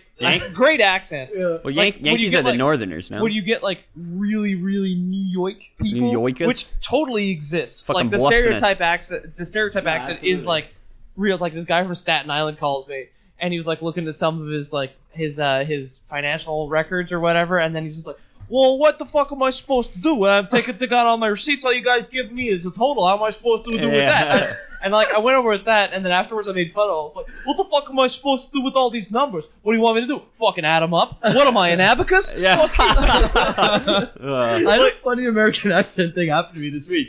Olivia, who was at my party last night, a couple of you got. Oh to see yes, her. I did. Well, sadly, like I said, I got to interact with people at your party for about Yeah. 8 minutes, but everybody's lovely, and I Yeah. look forward to seeing them again. So Olivia originally was born in California, also lived in yeah. the northern states for a part of her life. So she has a little bit of an accent. It's a lot like my mom, actually. Yeah, she lays it on thick sometimes too. So we were talking about Wales a couple episodes back and saying how fucking cool it was that they make the That was the vortex. last episode. Yeah, and they come up and they eat the thing. And then we were talking Eat about the fish. dolphins doing this as well Yeah. at lunch. And she's like, yeah, that's efficiency. Yeah. But she has an American accent. I was like, did you just say that's a fish in sea? I was like, no, Fish out of water. efficiency. Yeah. Roasted, Olivia. Yeah. Take that. So now every time she says efficiency, she gets very shy. Great. Now you gave her a fucking complex, Yeah. dude. Yeah. You asshole. She's gonna start doing things very slowly and not efficiency. at Not work. efficiently. And Yeah. none of Yeah. efficiencies. Yeah. Who is Liam? Why is there a fish inside of him? Efficiently. I'll make it a surprise face. No one can see it. So yeah, Cortex. They use the second Two instrument. instruments. Here we go. Yeah, the second instrument being not drums, not dolphins, but the Cortex Vortex. Okay. Which All is right. so Was this his, or did he take credit for this as well? So we're not 100% sure. He's part of the branding. Yeah. less of Yeah, the, that's it. He's Making. Apple. Yeah. He didn't invent Sony. He just bought it. You know. Yeah, And put his yeah. name on it. Yeah. Or Sony Siri. Sorry. Sony Siri. Sorry. That's fun to say. Sony Series, sorry. Sony Siri. Good for the sorry. sound checks. Yeah. Sony Series, sorry. Peter Pops. Peter Pops all over Sony Siri. Sorry. Okay. So that being the Cortex Vortex. And the Cortex Vortex is a device that trains mutated animals to obey their master. It is mind control. Oh, those go hand in hand. then. Yeah. Yeah. So you evolve the creatures to be stronger first, and then use the Cortex Vortex. He read. I would have done it the other way I would have done it around. the other way. Yeah. You don't want to Yeah. be strong and like potentially. Dangerous. You don't want to crash Bandicoot on your hands. You know what I mean? That's the whole thing. That'd be stupid. Yeah, exactly. So he read The Island of Dr. Moreau, where he created the Beastmen, and they eventually overthrew the island. Yeah. Spoilers for a book that came out 210 years ago. Yeah, exactly. Whoa, dude, you can't just like. You can't just drop the ending of Dr. Moreau on us like that. Sorry, man. I don't even know that book. Oh, no, it's by H.G. Wells. Yeah. I think he wrote it after the War of the Worlds. Okay. And, yeah. Like, honestly, I know, like, last cast I fucked up John Steinbeck and the guy who wrote... And F. Scott Fitzgerald. Because I read them in the same class. Yeah, I fucked those authors up. But, like, I have read some classic literature. Yeah. Not much. But I'm very familiar with H.G. Wells. Yeah. Cool. Time Machine, First Man on the Moon. And so anyways, a quote that I took from the wiki, I think it leads very nicely into the first game. So the Evolve Array, being an energy force capable of mutating common animals to intelligent super beasts, and the Cortex Vortex, a device that trains the mutated animals to obey their master. Cortex, however, did not see one small problem with the machine. Dun dun dun dun dun dun dun dun dun dun dun, and then Crash comes in. Right? Yeah, Crash comes in. So somewhere in the southeast, this is Crash 1, by the way. Yeah. Crash Bandicoot, the game, PS1, came out almost with the PS1. Somewhere in the southeast of Australia, There's 3 little islands teeming with wildlife. Yeah, exactly. Cortex and Embryo use the Evolve Array on 2 Bandicoots, 1 male, 1 female. Yeah. Do you know who they are? It's I guess it's because I don't know his girlfriend's name at this point. It's not Crash and Coco. Tana is her name. It's Crash and Tana. Yeah. That's right. And I was looking for the way that Coco became an anthropomorphized version of the Bandicoot. Okay. It's not clear. I think he just like kind of fired off his Evolve Array all over the place. Okay, yeah. He must have, because I don't know how his sister got to be not a small squeaking creature. But he isn't. So that's She had a contact high. Yeah. Yeah. Hot box some Evolve Array Yeah. in the Bandicoot burrow. Yeah. So those 2, Crash and Tana, are now Evolve Arrayed. And we're in Cortex's lab. Okay. Cortex wants to make Crash into the leader of the Cortex Commandos. He sees some potential in Crash. He's a special guy. So, which does he turn out to be? well, yeah, especially special. He uses the Cortex Vortex on Crash. Embryo's like the whole time, like, hey, Cortex Vortex. He had actually, yeah, you're right. Actually, Embryo had a big part in the Cortex Vortex. Yeah. And Cortex put his stamp on it and named it after himself. Yeah. Embryo's like, hey, it's not ready, man. Cortex like, I'm crazy. I got to do it. I have no control over my emotions. I'm too triggered right now. Throw it in. So they Launch the vortex. Yeah, the wiki describes Crash as being a failure whenever the Cortex Vortex doesn't take hold. But I think the invention is a thing that. Well, Crash can't like speak. He's kind of a dumbass too. In the original He's really game, crazy. he can speak. In the original game, instead of dying, he goes, "Whoa!" Every time he dies. Yeah, he says, "Whoa!" That turned into a meme for a Yeah. while. Oh, did it? Well, one guy made like a video of him in the opening scene where Dr. Neo Cortex is like, "Crash, I have this thing, and you'll never be able to beat it." And in the background, Crash is like looking at the screen, going, "Oh, "Whoa, wow, wow!" And it goes like all over the place. Yeah, that's what that's from. Yeah. It's the genesis of the meme. That's good So shit. that's Crash 1. He starts off, he transforms Crash and his girlfriend Tana, and they become evolved. Then he throws him into the Cortex Vortex, but it doesn't take. So Cortex follows him around and tries to chase him around the lab, kind of like slapstick, like coming out different wall. Like It's very Scooby-Doo. Benny Hill. Yeah, exactly. Benny Hill. Yeah. Then Tana's still in the lab, but Crash crashes through the window, and he falls down into the ocean and eventually washes up on Insanity Beach. Woo! Which Level is- 1. yeah. World 1-1, baby. Yeah, 1-1. We're an hour and 20 in, and we finally got to the beginning of the game. Yeah. Well, there's not a whole lot of story about this. The classic lore boys, right? There's Yeah, a lot. classic. Talk about nothing for an hour. Yeah. So you beat the first game, you beat the second game, you beat the third game. Lore Boy's out. Yeah, no, but most of the lore is before the game. Yeah. Like, it is the Neocortex's whole psychological drama leading up to this, where his parents' friends pinned him down, tattooed his head. It's like Maleficent. They made a whole movie about it. Yeah, exactly. That nobody gave a shit about. I love that it was in the book too, because there's the tragic meme these days where everyone's like, they don't make video game manuals like they used to. Well, they you know? don't, And it's you like know? this, all this stuff comes from that one manual, you know. Yeah. Yeah. I mean, I don't mind not buying a box copy of something anymore. No, yeah. Every game that I've bought, you open it up and it either has like 6 an flyers. advertisement for the next game Yeah. or like a code that you can. Yeah. Now you can have boots. Yeah, yeah. It's like, Well, great, yeah. But like, You get, like, a you get pizza that one like sheet that's so you can recycle the box Yeah, in yeah. like, different languages. That's it. You get like you get your pizza flyers. You have like a deal on your mechanic, and it's all just jammed into the box there. Bob's couches. Yeah, Couches, exactly. best price ever. Yeah. Made out of marsupials. Yeah, real possum skin. Yeah, exactly. Wow, thanks, Crash 2. Yeah. Not that old games didn't have ads for other games, right? Like, I remember playing Apocalypse starring the Bruce Willis soundboard. Oh yeah. It had like ads for other games on the back of the cover. That's the one that Bruce Willis famously hated having to do. He was like contractually obligated, and so he just phoned it in completely because he was like, I don't want to fucking do this, and they're like, no, you have to. You're like Bruce Willis like plays himself. Yeah. Oh, No, it's great. It's all good stuff, and it's great. That's it. So keeping in check with what lore boys are, the game goes by pretty quickly. It is Cortex predicts that Crash is coming after his girlfriend, right? I got a question. Sorry. His boo. Ripperoo. He's like the first boss. Is he created as well? He's the second, actually. Papu's the first. Papu's the first. Okay, so the second boss is Ripperoo. Yeah. And there's like Dingodile and Tiny. Yeah. Are they all also created by Neocortex? Yeah, exactly. These are the Cortex Commandos. The Cortex Vortex like took on them. Oh, okay. Except Ripperoo, who's fucking insane. Yeah, Papu is actually not even part of Cortex's plan. Okay. He was just around, and you run into him, and he's like, "Fuck you," and he tries to kill you. So I'm remembering like Pinstripe as well in that case. Yeah, he's the guy with the Tommy gun in the office. He's the rat. Yeah. I'm trying to remember all the other ones. Tiny Tiger is. I've played so much of these games, and it's all coming back to me after 4 beers. Yeah, I remember, Ripperoo, That's Tiny. about the time. My sister main Dingodile. I remember that. Dingodile, because we used to play CTR a lot. Okay, yeah. Dingodile, I think, only comes in second or third game, but he's the one with the flamethrower. Yeah, he's big in Crash Bash as well. Very cool. And CTR. Polar obviously is not. Because he's a regular polar bear. So Polar is, for anyone who doesn't know... So is the tiger. Yeah, Polar and the tiger are these companions that you and Coco have. So the tiger's like Kuma or Kima or something? Yeah, something like Akuma Matata.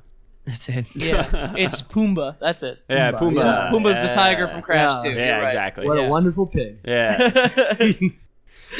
Crash Bandicoot, he at this point, he's fallen onto Insanity Island. And like we said, Ripperoo are... Tiny Tigers come in the second game. All these boss memes, they come around, and you fight your way through a bunch of really hard levels. One of the first hard levels being on the first island. There's 3 islands, by the way. I'll say Boulder Dash, right? Boulder Dash? Boulder Dash. Boulder Dash? Which sounds like a play on Boulder Dash. Yeah. That's Boulder Dash. That's Boulder Dash. Yeah. No, I don't understand.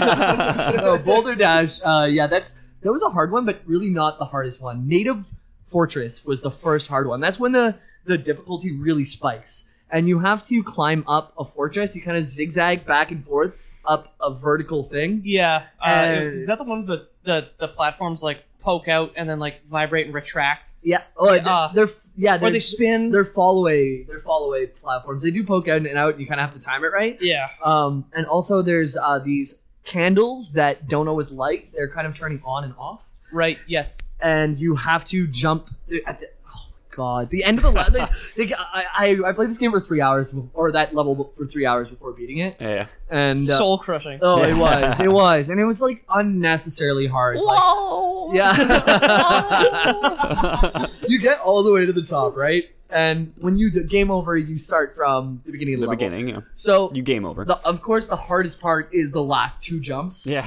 And it's so hard to get to that point. Like, after a while, this is the first level where I really felt like I was starting to get good at Crash. Because I remember dying every single time before getting halfway through it. And then all of a sudden, I could get to the last section without dying. Okay, I was like, wow, I've progressed. And it feels good, right? And this is what it used to be like in the old days when games are hard. Yeah. And I get up there, and then you get to the end, and there's 3 ultra long jumps where they're candles that light on and off, but in kind of random intervals. So there's like timing on top of being... There's timing, and depending on how you walk forward and spawn them, they'll have different timings. Okay. So you kind of are encouraged... They might unsync sometimes. Yeah, so it's never the same if you don't run it the right way. Yeah. So you're encouraged to kind of hold it forward, but they're really long, intense jumps that even if you make the landing, if the landing's on fire, then you die. Yeah, immediately too. Yeah. And it's so soul crushing when you get there with 5 lives, you have 1 life left, and the last jump, maybe you almost made it, but you just fell. Looking at that little swirling box total, like 30 out of 32, like, oh. 30 out of 32. Yeah. Classic Crash. Yeah, exactly. Yeah. Yeah. There is a little bit of an exploit where you kind of go behind the fence to help yourself out up there, but the last jump you do need to do it. Is the grass greener? Wait, what do you mean? You said you go on the other side of the fence. Oh yeah, So it is. grass is greener. Jump. It is greener. There's less boxes, but it's easier. So Petey likes his boxes. I don't know if I'd be happy there. Yeah, I like that in Crash 1, whenever you miss boxes at the end, like the score screen is all the boxes you missed fall on your head. Yeah, it shames you. Yeah, and if you miss enough, you get an achievement and you're crippled on the ground, like writhing because so many boxes have fallen on your head. Yeah. So that was the first really hard level. Other hard levels being the high road, which we kind of watched a video of before. I've mentioned it before. I have beaten it. I cheesed it. I used the ropes on the side. I don't remember that level as a kid punishing me too badly. Like, I had a lot more trouble with Boulder Dash and like the other boulder rolling at you ones. Hog Wild is another really hard one. No, I love Hog Wild. Yeah. It is hard. You have to know the patterns. It's basically, you can't just react. You need to know the patterns to be able to beat it. Yeah. Me and my buddy Adrian, who was the guy who introduced me to video games, he and I used to play Hog Wild on purpose all the time because we loved the song. Yeah. And then just like play that whole thing. Yeah. For context, you're riding a pig. You're riding a pig real quick, and you got to jump over stuff. You're dodging stuff. Yeah. That's it. Fucking Hog Wild. I love it. The first, they do get progressively easier. The first one, second one, third one. The remastered version is actually slightly harder than the original version. Sure, the controls are tighter, but the edges which you're jumping on, all of a sudden they have the power to make rounded edges. So everything's not a square anymore. So whenever it looks like you're going to make it, you don't always make it. Okay. And the jumps are very, very tight for that reason, because now they can actually polish up all the edges. And whenever you don't quite make it, you can't just get one toe on it and keep going. You'll fall down. Okay, because you have like a oval shaped hitbox now instead of being a box square shaped. Everything's not a square anymore, it's more realistic as far as a anthropomorphic. I can't say that word. Anthropomorphic. Jinx, you owe me a soda, bitch. Damn it. So all to say, it's harder. We are still in Crash 1. You're fighting your way through 3 islands. Insanity, which is the one you land on, Insanity Beach. Next one is Wumpa, where Wumpa fruit comes from, which is the collectibles. The more Wumpa Wumpa fruit you collect, the faster your cart will go. Yeah, and if you collect 100 of them, you get an extra life. Yeah, it's the coins from Mario. Yep. The rings from Sonic. Please. Yeah. Way to be original, Crash. Jeez, why don't you innovate more? Way to be innovative. Sonic's ass, was it? Yeah, Sonic's ass. And this is the issue with the first game. It wasn't innovative. It was the same formula. They made it 3D with better graphics. Granted, they had 10 people on a console that no one really played. I think most of the dev teams back then were relatively small. I know the first Doom Kirby was game, like I think 4 people. Yeah, the first Kirby was 6 people. There were 6 devs. Okay, so 10's big. Or 6 people. Yeah, 10's big then. Yeah. So you Too many fight cooks. your way. Spoil the Crash. But they made it 3D, which I mean, that was innovative, wasn't it? Like that looking was back now, it's like every game now. That was the thing. Yeah. I don't know if it was the first 3D game, but I gotta assume it wasn't. It was up there. It must have been one of the first ones, 1996. You said? Yeah, 1996. It was innovative in that way. It was also one of the first games to have dynamic difficulty, and it paved the way for that. So if you're dying a lot, they would give you more Aku Aku. Aku Aku, I had not mentioned, is the little totem. He's the board. It's a damage buff, right? Yeah, he is your friend. He's a protagonist who wants to basically rid evil from the land. Yeah. So he sees Crash as being a good guy in the right direction. Okay. So whenever you're about to die, he kind of takes the hit for you. What do we got? Okay. Yeah, Ooga Booga. Yeah, exactly. So he's just some like spirit who like finds Crash on Insane Beach, and it's like he's been around for centuries. Okay. And he has an evil twin who is the antagonist in the third game.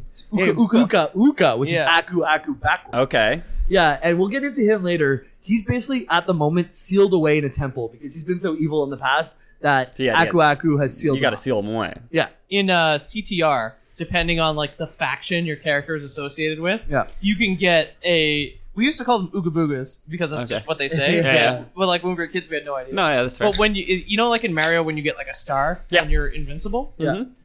In CTR, you would get a Booga Booga around you that would like catapult people out of your way and you'd go faster. That was your invincibility star. But depending on your character's faction, maybe an Aku if you're Aku. like Crash or Coco, you get Aku Aku. Yeah. I played Engine, so I got Uka Uka a lot. So did my sister because she played Dingo Dial. Dingo Dial. So yeah, so we were very much we were Uka Uka OG. Okay. Yeah. Very, very East Coast Team Uga people. Uga, yeah. Yeah. They're honestly just like symbolism for good and evil. Like one of them is really good and he stands for good. One of them stands for evil. That's I think in the last boss fight, like they face off. One of them shooting red beams and the other one shooting blue beams, and they kind of like meet in the middle, and it's like good and evil, that whole thing. Well, like Aku Aku is he looks like Plank from Ed, Ed and Eddie. Yeah. But with like he's got like a face on it. He's got a real face on him and like rainbow feathers. They're wooden masks. And Uka Uka is exactly in the Tiki style. In the Insanity trilogy, every game over screen has Uka Uka going, "Wah ha ha ha, game over." Yeah. Like if you leave it on, he just keeps going, like I've left my apartment because I died, and I'm like, I need to take my dog for a walk, refresh, and I'm like walking down my hallway, and I can hear through the door. That's when you come back to. Yeah, he's like fucking mocking me wherever I go. Like, fuck that guy. Yeah. So yeah, that's Uka Uka. We'll touch on him later though. He doesn't even come into. He doesn't step onto the stage until No, the game like turns. at present, Crash 1, Aku Aku is basically tropical power up. Yeah. He's not like a person yet, right? Yeah, exactly. And you've got the regular one, then you've got him when he's got golden feathers. Yeah. And third one, you're invincible. Yeah, and then like like in Mario, whenever you get the star, basically. Yeah, and you just get touch the things, run they through. die. Yeah. Exactly. It is Mario and Sonic inspired, but 3D. Yeah. And the reason for its success too is the 3D, and also Crash is kind of like a lovable character. Like people do like him. His original name was gonna be Willy the Wombat. Oh yeah, Willy Wombat. I kind of like that. All of his fine. all of his sketches before he was brought to life was for Willy the Wombat, but then they wanted to be more edgy, so like Crash I Bandicoot. had my headphones plugged in. I'm sorry. Who the fuck is calling me? Do you think they use Willy? They changed from Willy the Wombat because it was too similar to Willy Wonka, or because it kind of seems like that was the intent. Yeah, Willy the Wonk Bat. yeah, Willy the Wombat. It was basically too vanilla. Like I don't know about you guys, but in my school I had like a game that was called Sammy the Science House, and it was like so vanilla, like Willy the Wombat. So they wanted something more like that had a bite to it. Okay. Crash Crash Bandicoot. Yeah. My elementary school had a library. We didn't have any of that shit. Oh yeah. Willy the Wombat, he wasn't edgy enough, so they said Crash Bandicoot. And also Bandicoots weren't very well known until Crash Bandicoot. No, If you check I wouldn't be able to. I wouldn't be able to pick a Bandicoot out of a lineup. out of of a rats. lineup next to a wombat and Crash like holding his sign Holding a next to a sign, bunch yeah. of rats. Usual suspects, all rats. all rats, and then one Crash Bandicoot. 6 feet tall next to I don't know which one it is, sir. Wow. That's it. Step forward and say, Say this. whoa, yeah. the rats are just there like. It's like Kevin Spacey comes up. Yeah. Whoa. Usual suspect. Yeah. A bunch of fucking bandicoots. Who is Crasher Soze? Yeah, Kaiser Bandicoot. Crash fights his way through all these levels. He crosses 3 islands and many infuriating levels that I have. I didn't even complete all 3 games because the first one broke me down so much. I have played a good amount of 2. I played 3 just this week to get ready for it. You just game for the attention. Yeah. Your controller's not even. That's why I'm here. I won't fight it. Your controller's not even plugged in. What is it, dude. wireless? Yeah. Idiot. So yeah, eventually Crash makes his way to Embryo, which is His friend. Buddy's bro. Yeah, Cortex's friend. Cortex's friend from forever. Buddy's bro. Buddy's bro, you know? Buddy's bro. Buddy's bro, yo. Yeah. Embryo he's a potion master, right? He's like got the bald head with the screws in it, and he drinks some potions, turns into a big monster. Tries to kill you. He's an alchemist. You shouldn't drink if you're an embryo. Nope. That's a big no-no. I've tried. Doesn't work. Well, it works, but It's bad for the baby. yeah. Yeah. James was pregnant for a while. Yeah. I remember those were crazy days. Yeah. His back. I wasn't hurt all ready. the time. I wasn't ready to be a father. Yeah. But you know. Just so you know. You guys made it work. Yeah, Ethan took off his belt before the cast. yeah. I'm not wearing underpants. Yeah. I gotta do laundry. I'm the daddy. James is the mommy, and Peter's the babby. So Crash beats up an embryo. An embryo who Kid pushes a nurse out of the way. Punch a kid in the face. That's a weird boss fight. Yeah. Yep. Punching a child in the Yeah, face. in the fucking prenatal ward, like. He's in like the incubator. Takes the yeah, lid off that's the it. baby aquarium and just That's punches it. it. Puts it back on. Yep. So embryo. Oh, I have too much to work Yeah, with. no, it's one of those days. Like cup runneth over with our fuck. Embryo is defeated.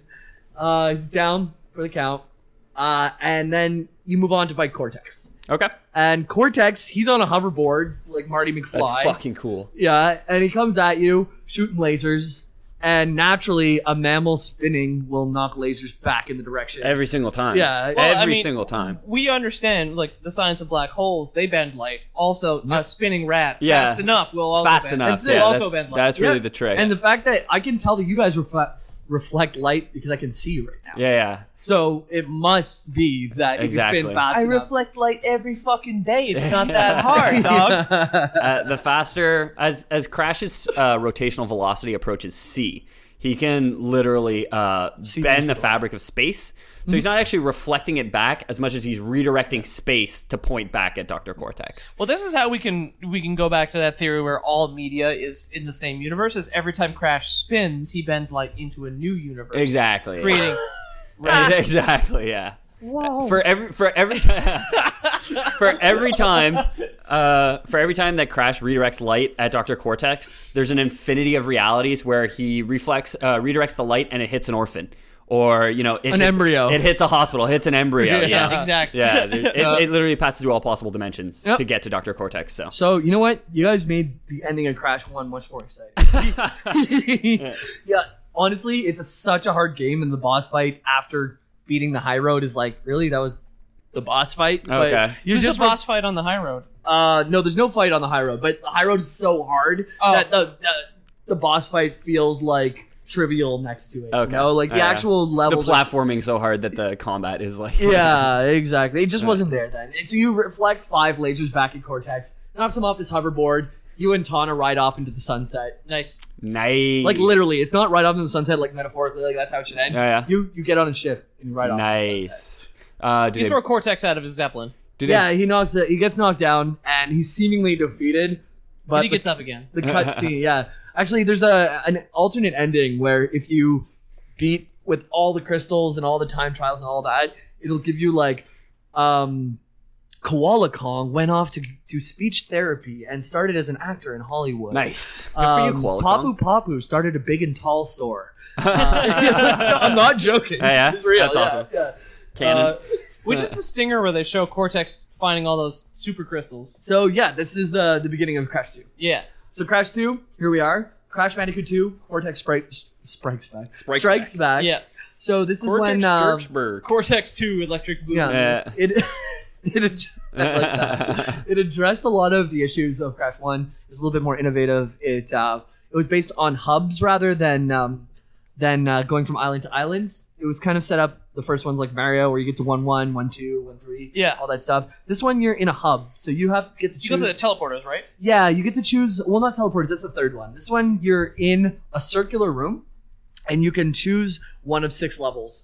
And then once you beat 5 levels, you can unlock the 6th level. It's the boss fight. And in the center of the room is an elevator. So when you beat all of them, you can move up and down freely between worlds. But you need to beat the world to move up to the next one. Okay, cool. And the whole thing about this is okay, so the beginning of the game. I'll start there. So this is hubs, right? And you can move up and down. It gives you more freedom to jump into different things. There's more crystals. There's more relics. Embryo and Cortex are not friends right now. So they're both talking to you to get crystals, but for different motives that we'll get into. Okay, so you're collecting crystals for them? Yeah, so to start off, let's give the background of the crystals. Okay. So near Cortex, he is on his hoverboard. You knock him off in the first game, right? Okay, yeah, I remember And that. you ride off in the sunset. I hope you do. We just talked about it. Yeah. Man. Yeah. So the first game starts off with the last game actually ends like if you get the special ending. It says villains are like cockroaches and they'll show up. So it gives you like a clue for the sequel. Turn on the lights, they scatter. Yeah. So yeah, exactly. So Not he hard to falls into a dark cave. And he lights a match, and in front of him, he's like, "Whoa, crystal!" And he gets all excited, and he like, in his mind, realizes that the crystals can do something. The match goes out, and like a Homer Simpson, he goes, "No!" And then, like, yeah, actually, that's true, eh? Yeah. And then he wants these purple crystals. They look like elongated crystals. They're kind of like a little spires. What's that monument with the big lake in front of it in the States? What? The Washington Monument. Yeah, the Washington Monument. It's kind of like an obelisk. It's like Oh, the one in the National Mall. yeah. They look like kind of like obelisk with a little bit more angles, and It's like the Washington Monument, but upside down. upside down, and like they kind of like flourish outwards a little bit, then cut back in. Yeah. Yeah, and They that's look what, like crystals. yeah, they look exactly like crystals, and that's a very Remarkable. Yeah. exactly. They're called crystals even. Whoa, are they crystals? I think they're crystals. Are crystals lizards? Does crystals? does crystals lizards? So the whole thing, Neocortex knows that the planets are about to align like Disney's Hercules. I was gonna say like Hercules. Okay. Shit. Like, Oh fuck yeah! How many references we get in this one now? Yeah, let's do it. Wait, we need to sing to like complete the trifecta, eh? Zero to hero. Oh, yeah, Zero to hero. Same one. Just Yeah, like that. I was Zero to back hero. where I Yeah. belong. Yeah. So good. There's something in your mom and I won't say I'm in love. Shoot Okay, we did it. Dude, James, you know what's really funny about that movie? The directors of that movie only did it so Disney would let them make Treasure Planet. Oh, really? Oh. I love Treasure Planet. I don't know if I've ever seen it. Oh, it's so good. I love Hercules. Is that like National Treasure? I like Hercules. James as well. Woods as Hades in Pain and Panic, the two, Oh my god, the dude! two sidekicks. It's like, yeah. oh, I haven't been choked up since I got a hunk of moussaka stuck in my Oh throat. yeah.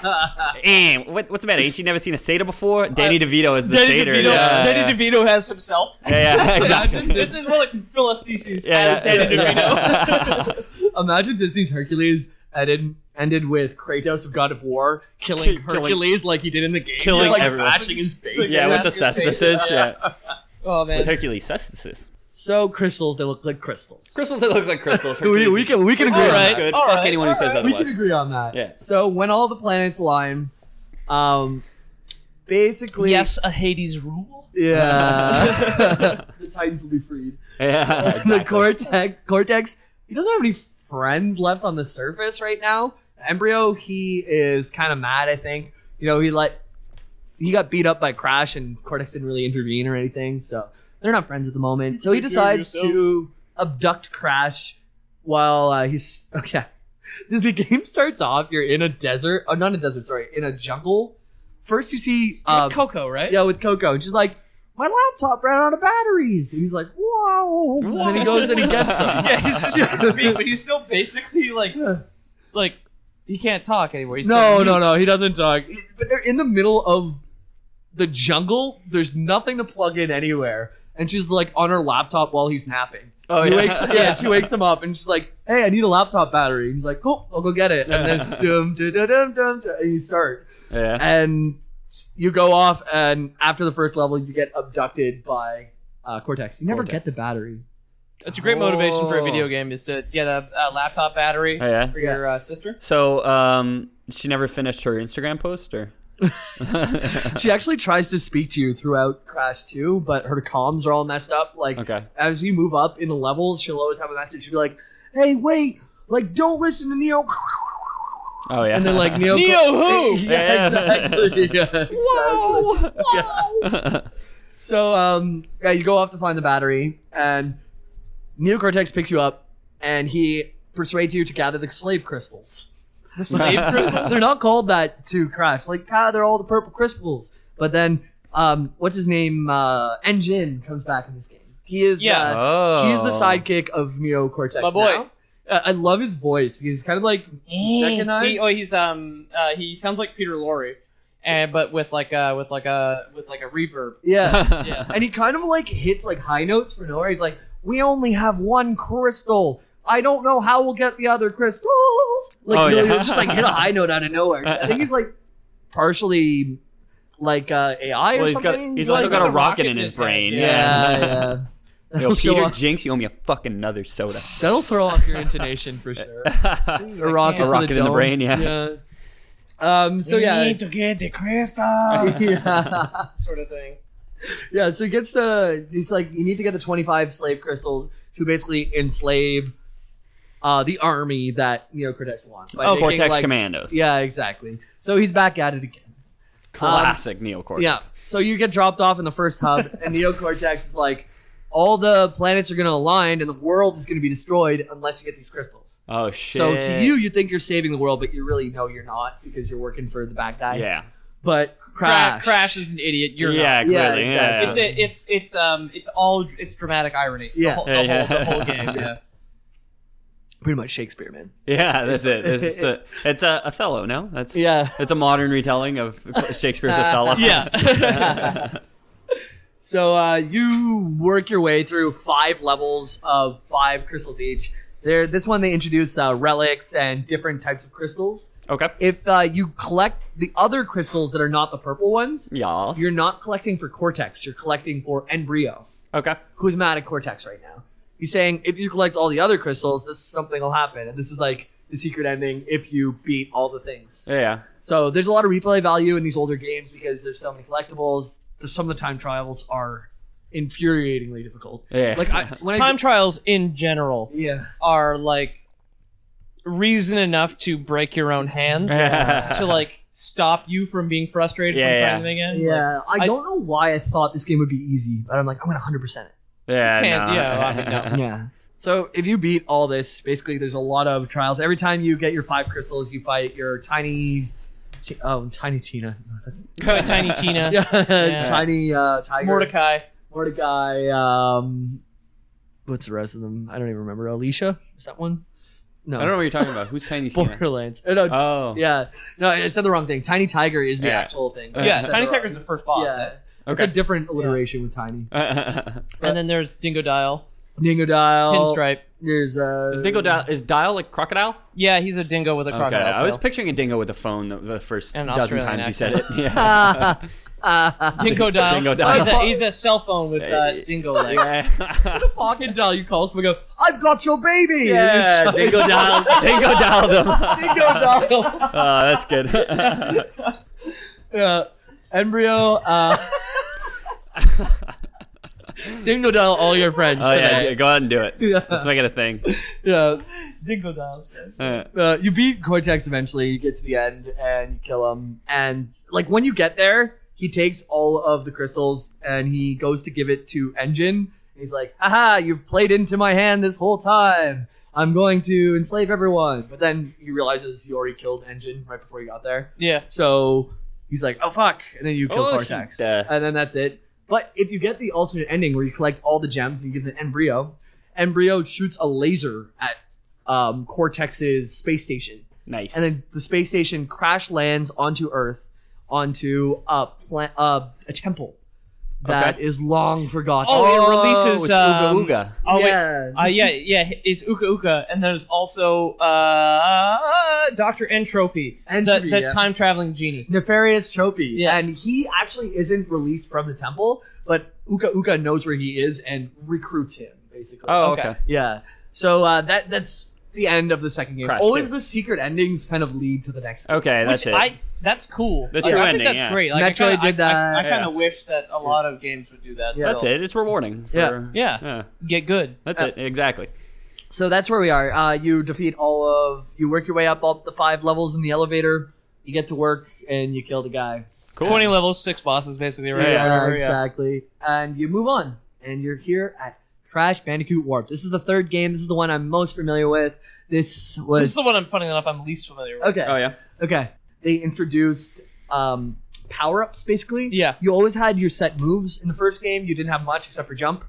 The second game, you had slide and you had jump slam. And then Okay. in the third game, they incorporated the slide, the jump slam, but added modifiers to it. Your spin would like be a tornado and you could hover a little bit while you're Okay. doing it. So this is like, if you beat the whole game and go back to do the first level, you have more to work with, Okay, yeah. right? New the game time- plus. Exactly. Okay. Cool. Exactly. And you could do your time trials. The time trials in this game were also, there was different levels to them. If you got a good enough time, you might get a ruby. If you got a better time, you might get like a platinum, whatever. Okay. So the time trials were a lot platinum more ruby. exaggerated and made a part of the game Okay. more so than before. Okay. Cool. Yeah. And so the game story, an ancient evil entity known as the Great Uka Uka is broken free from the temple prison Oh by shit. the falling space station. He's like Flash and Reverse Flash. Son of a basically. Yeah. bitch. Yeah.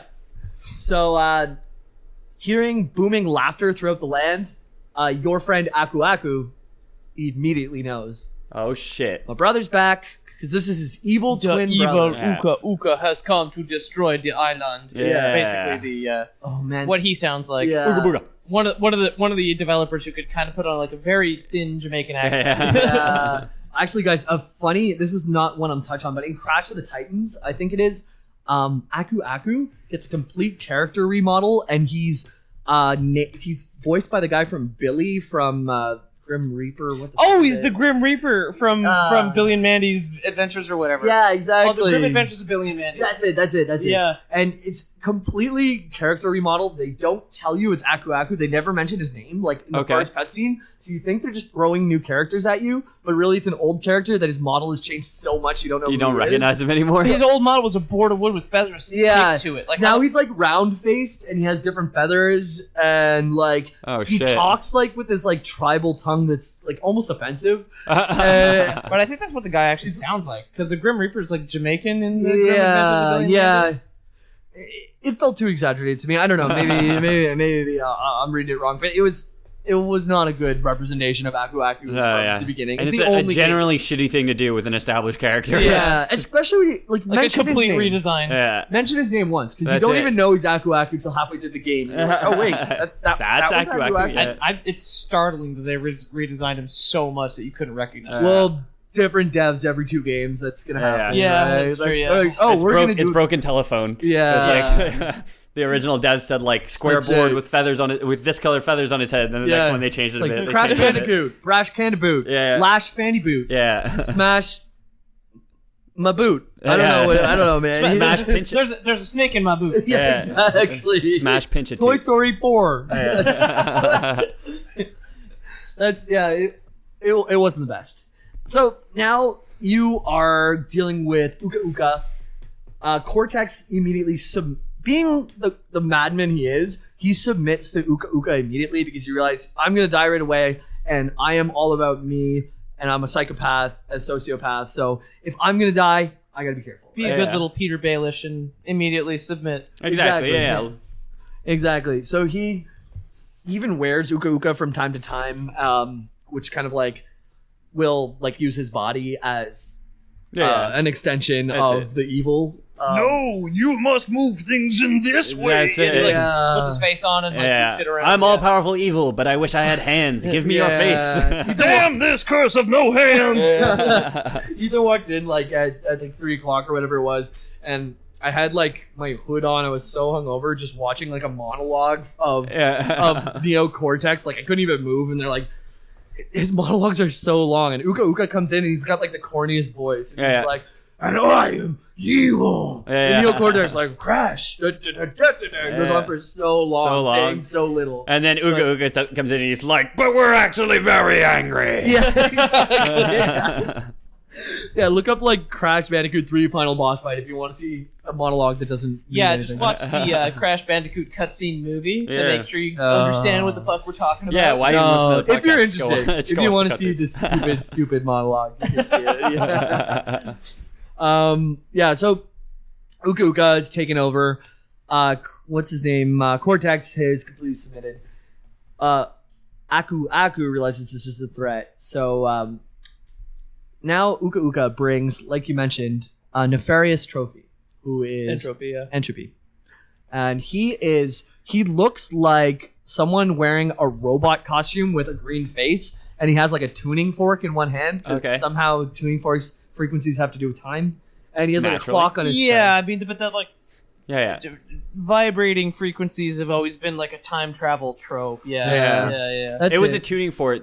It is a tuning fork that will bring about the heat death of the universe. So we talk about heat death more than once. It's a serious concern. What am I gonna do in 100 trillion years? We think big picture. You're worried about Amanda sitting next to you at work for the work event, like eating all your hot dogs before you get to the barbecue. We're here thinking about the heat death of the universe. It keeps me up at night, man.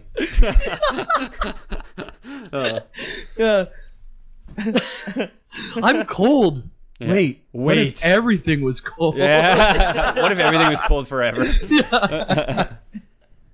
So Entropy comes in here, and he's the new basically villain. Cortex is at the end with Uka Uka, but time travel bro, nefarious trophy. He's basically has something called the Time Twister. He's the master of time and the creator of the Time Twister. And what this is a time machine that they basically use to go back to the specific points in time where these crystals still existed and weren't used up in Crash Bandicoot 2. Okay. So they can get all these crystals and enslave everyone again. Okay. But this time for Uka's means, not for Cortex. Cortex's means. Okay. Yeah.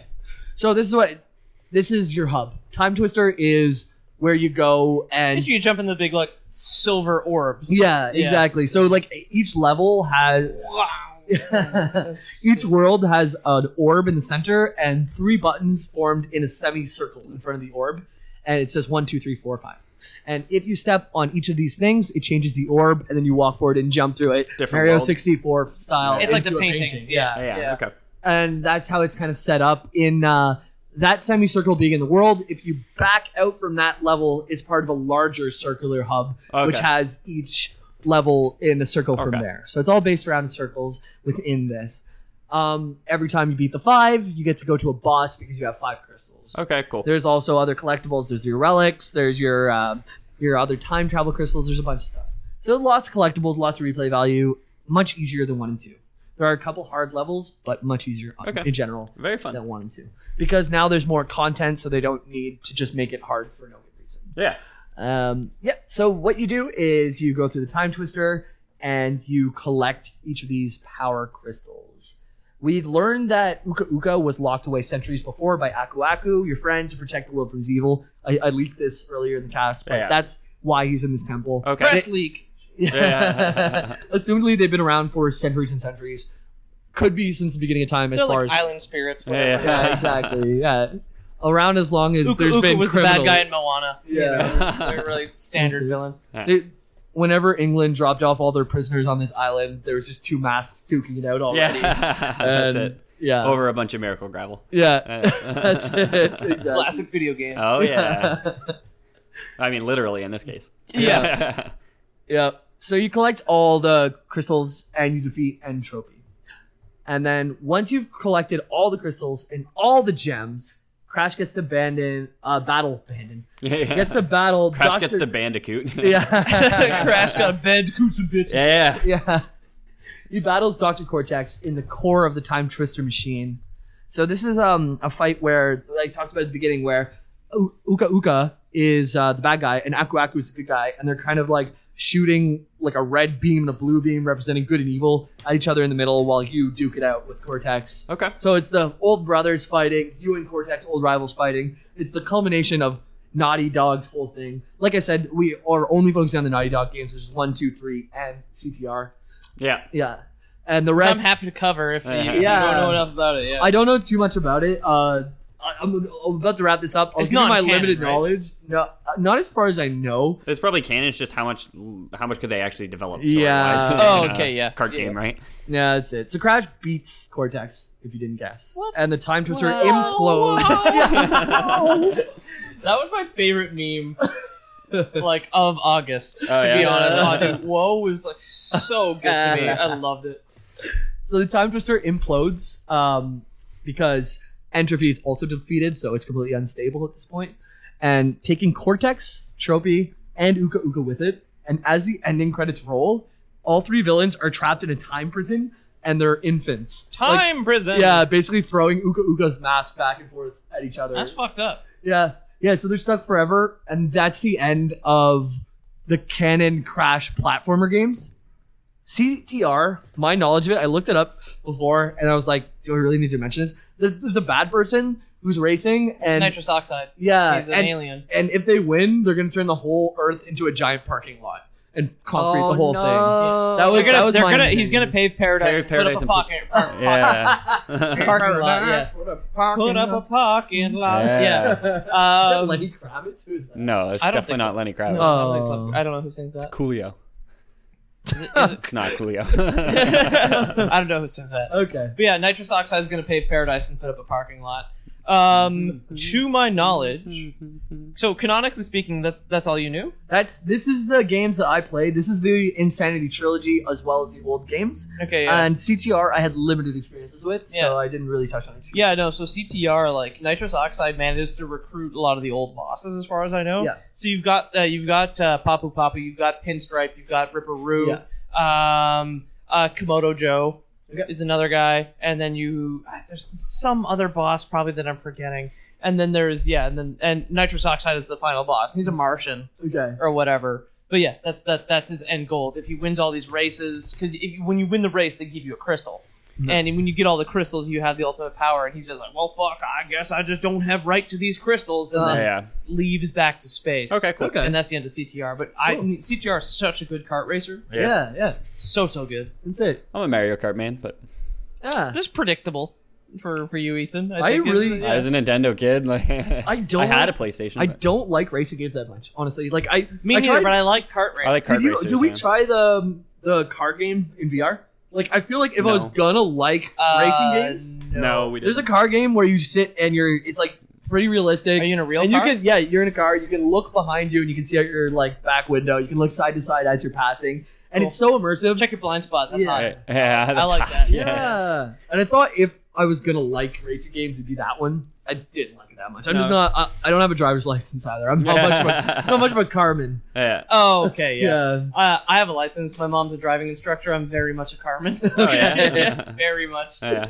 I have a car. I drive. Yep. I drove I can't drive standard anymore though. No. Okay. I was taught on standard, but I probably haven't driven standard. It comes back pretty quick. 10 years, yeah. Yeah, Yeah, you'll I stall imagine out a it's couple lot times, like a bike. but Yeah. So that's Crash Bandicoot. That's What do you guys think? What was your favorite part? My favorite part was basically Neo-Cortex's clown family that branded him from a young age. I think that added a lot of depth to I his like character. I like a lot of the preamble because I knew a lot of this. Like I said, I've played these games and I love these games. But definitely the Neo-Cortex origin movie, pretty good. Yeah. The prequel movie was pretty fantastic for this. Yeah, definitely.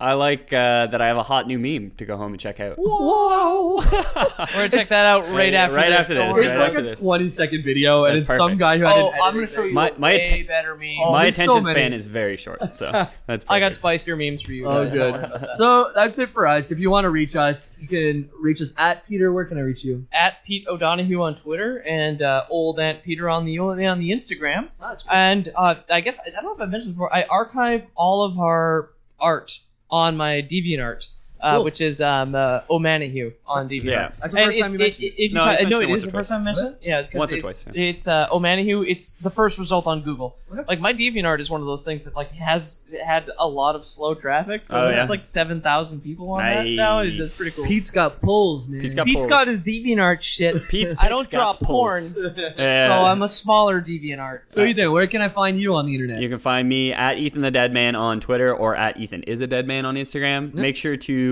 like, follow, subscribe, smash that like button. Lore Boys on WordPress, Lore Boys on Twitter, Lore Boys on loreboyspodcast at gmail.com, Lore Boys on Twitch. Yeah. That's our brand, dude. Google us. You'll find That's us. it. We're gonna eventually have a Lore Boys Facebook, which we're announcing now because I spoke to Aurelie last night. And Yeah. she was like, "I'm surprised you don't have a Facebook." We I was should, Like, yeah. I was like, it's one of those things that we intend to do, but the three of us are so collectively busy that we announced a Twitch channel 3 weeks before we had a Twitch channel. It took that long to sign That's in. it. That's Yeah. her biggest pull as well too. So if we got on there, that would be our best chance to get some traffic. Great, yeah.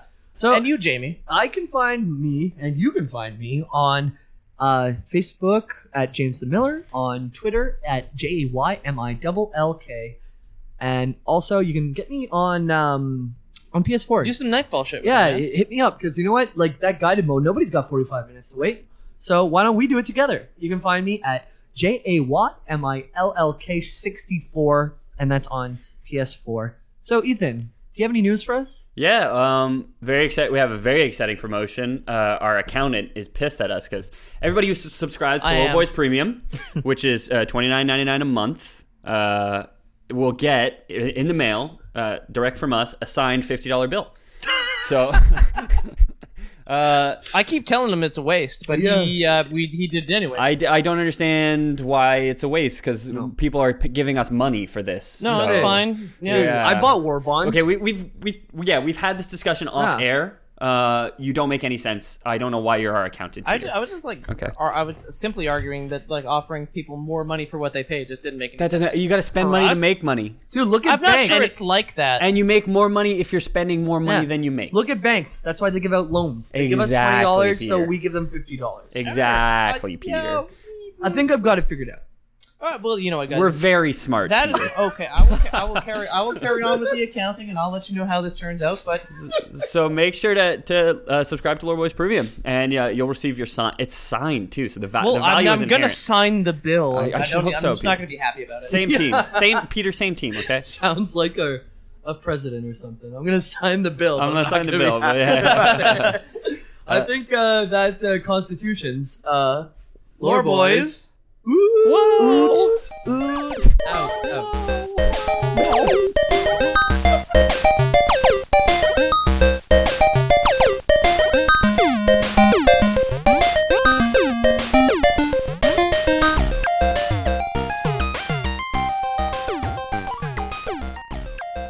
100%. It's like fucking 10 covers of the like Oh, normal yeah, songs. yeah. It's incredible. It's amazing.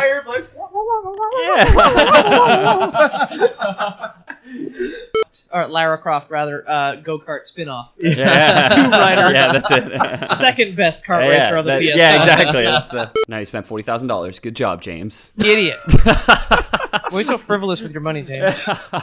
Stupid.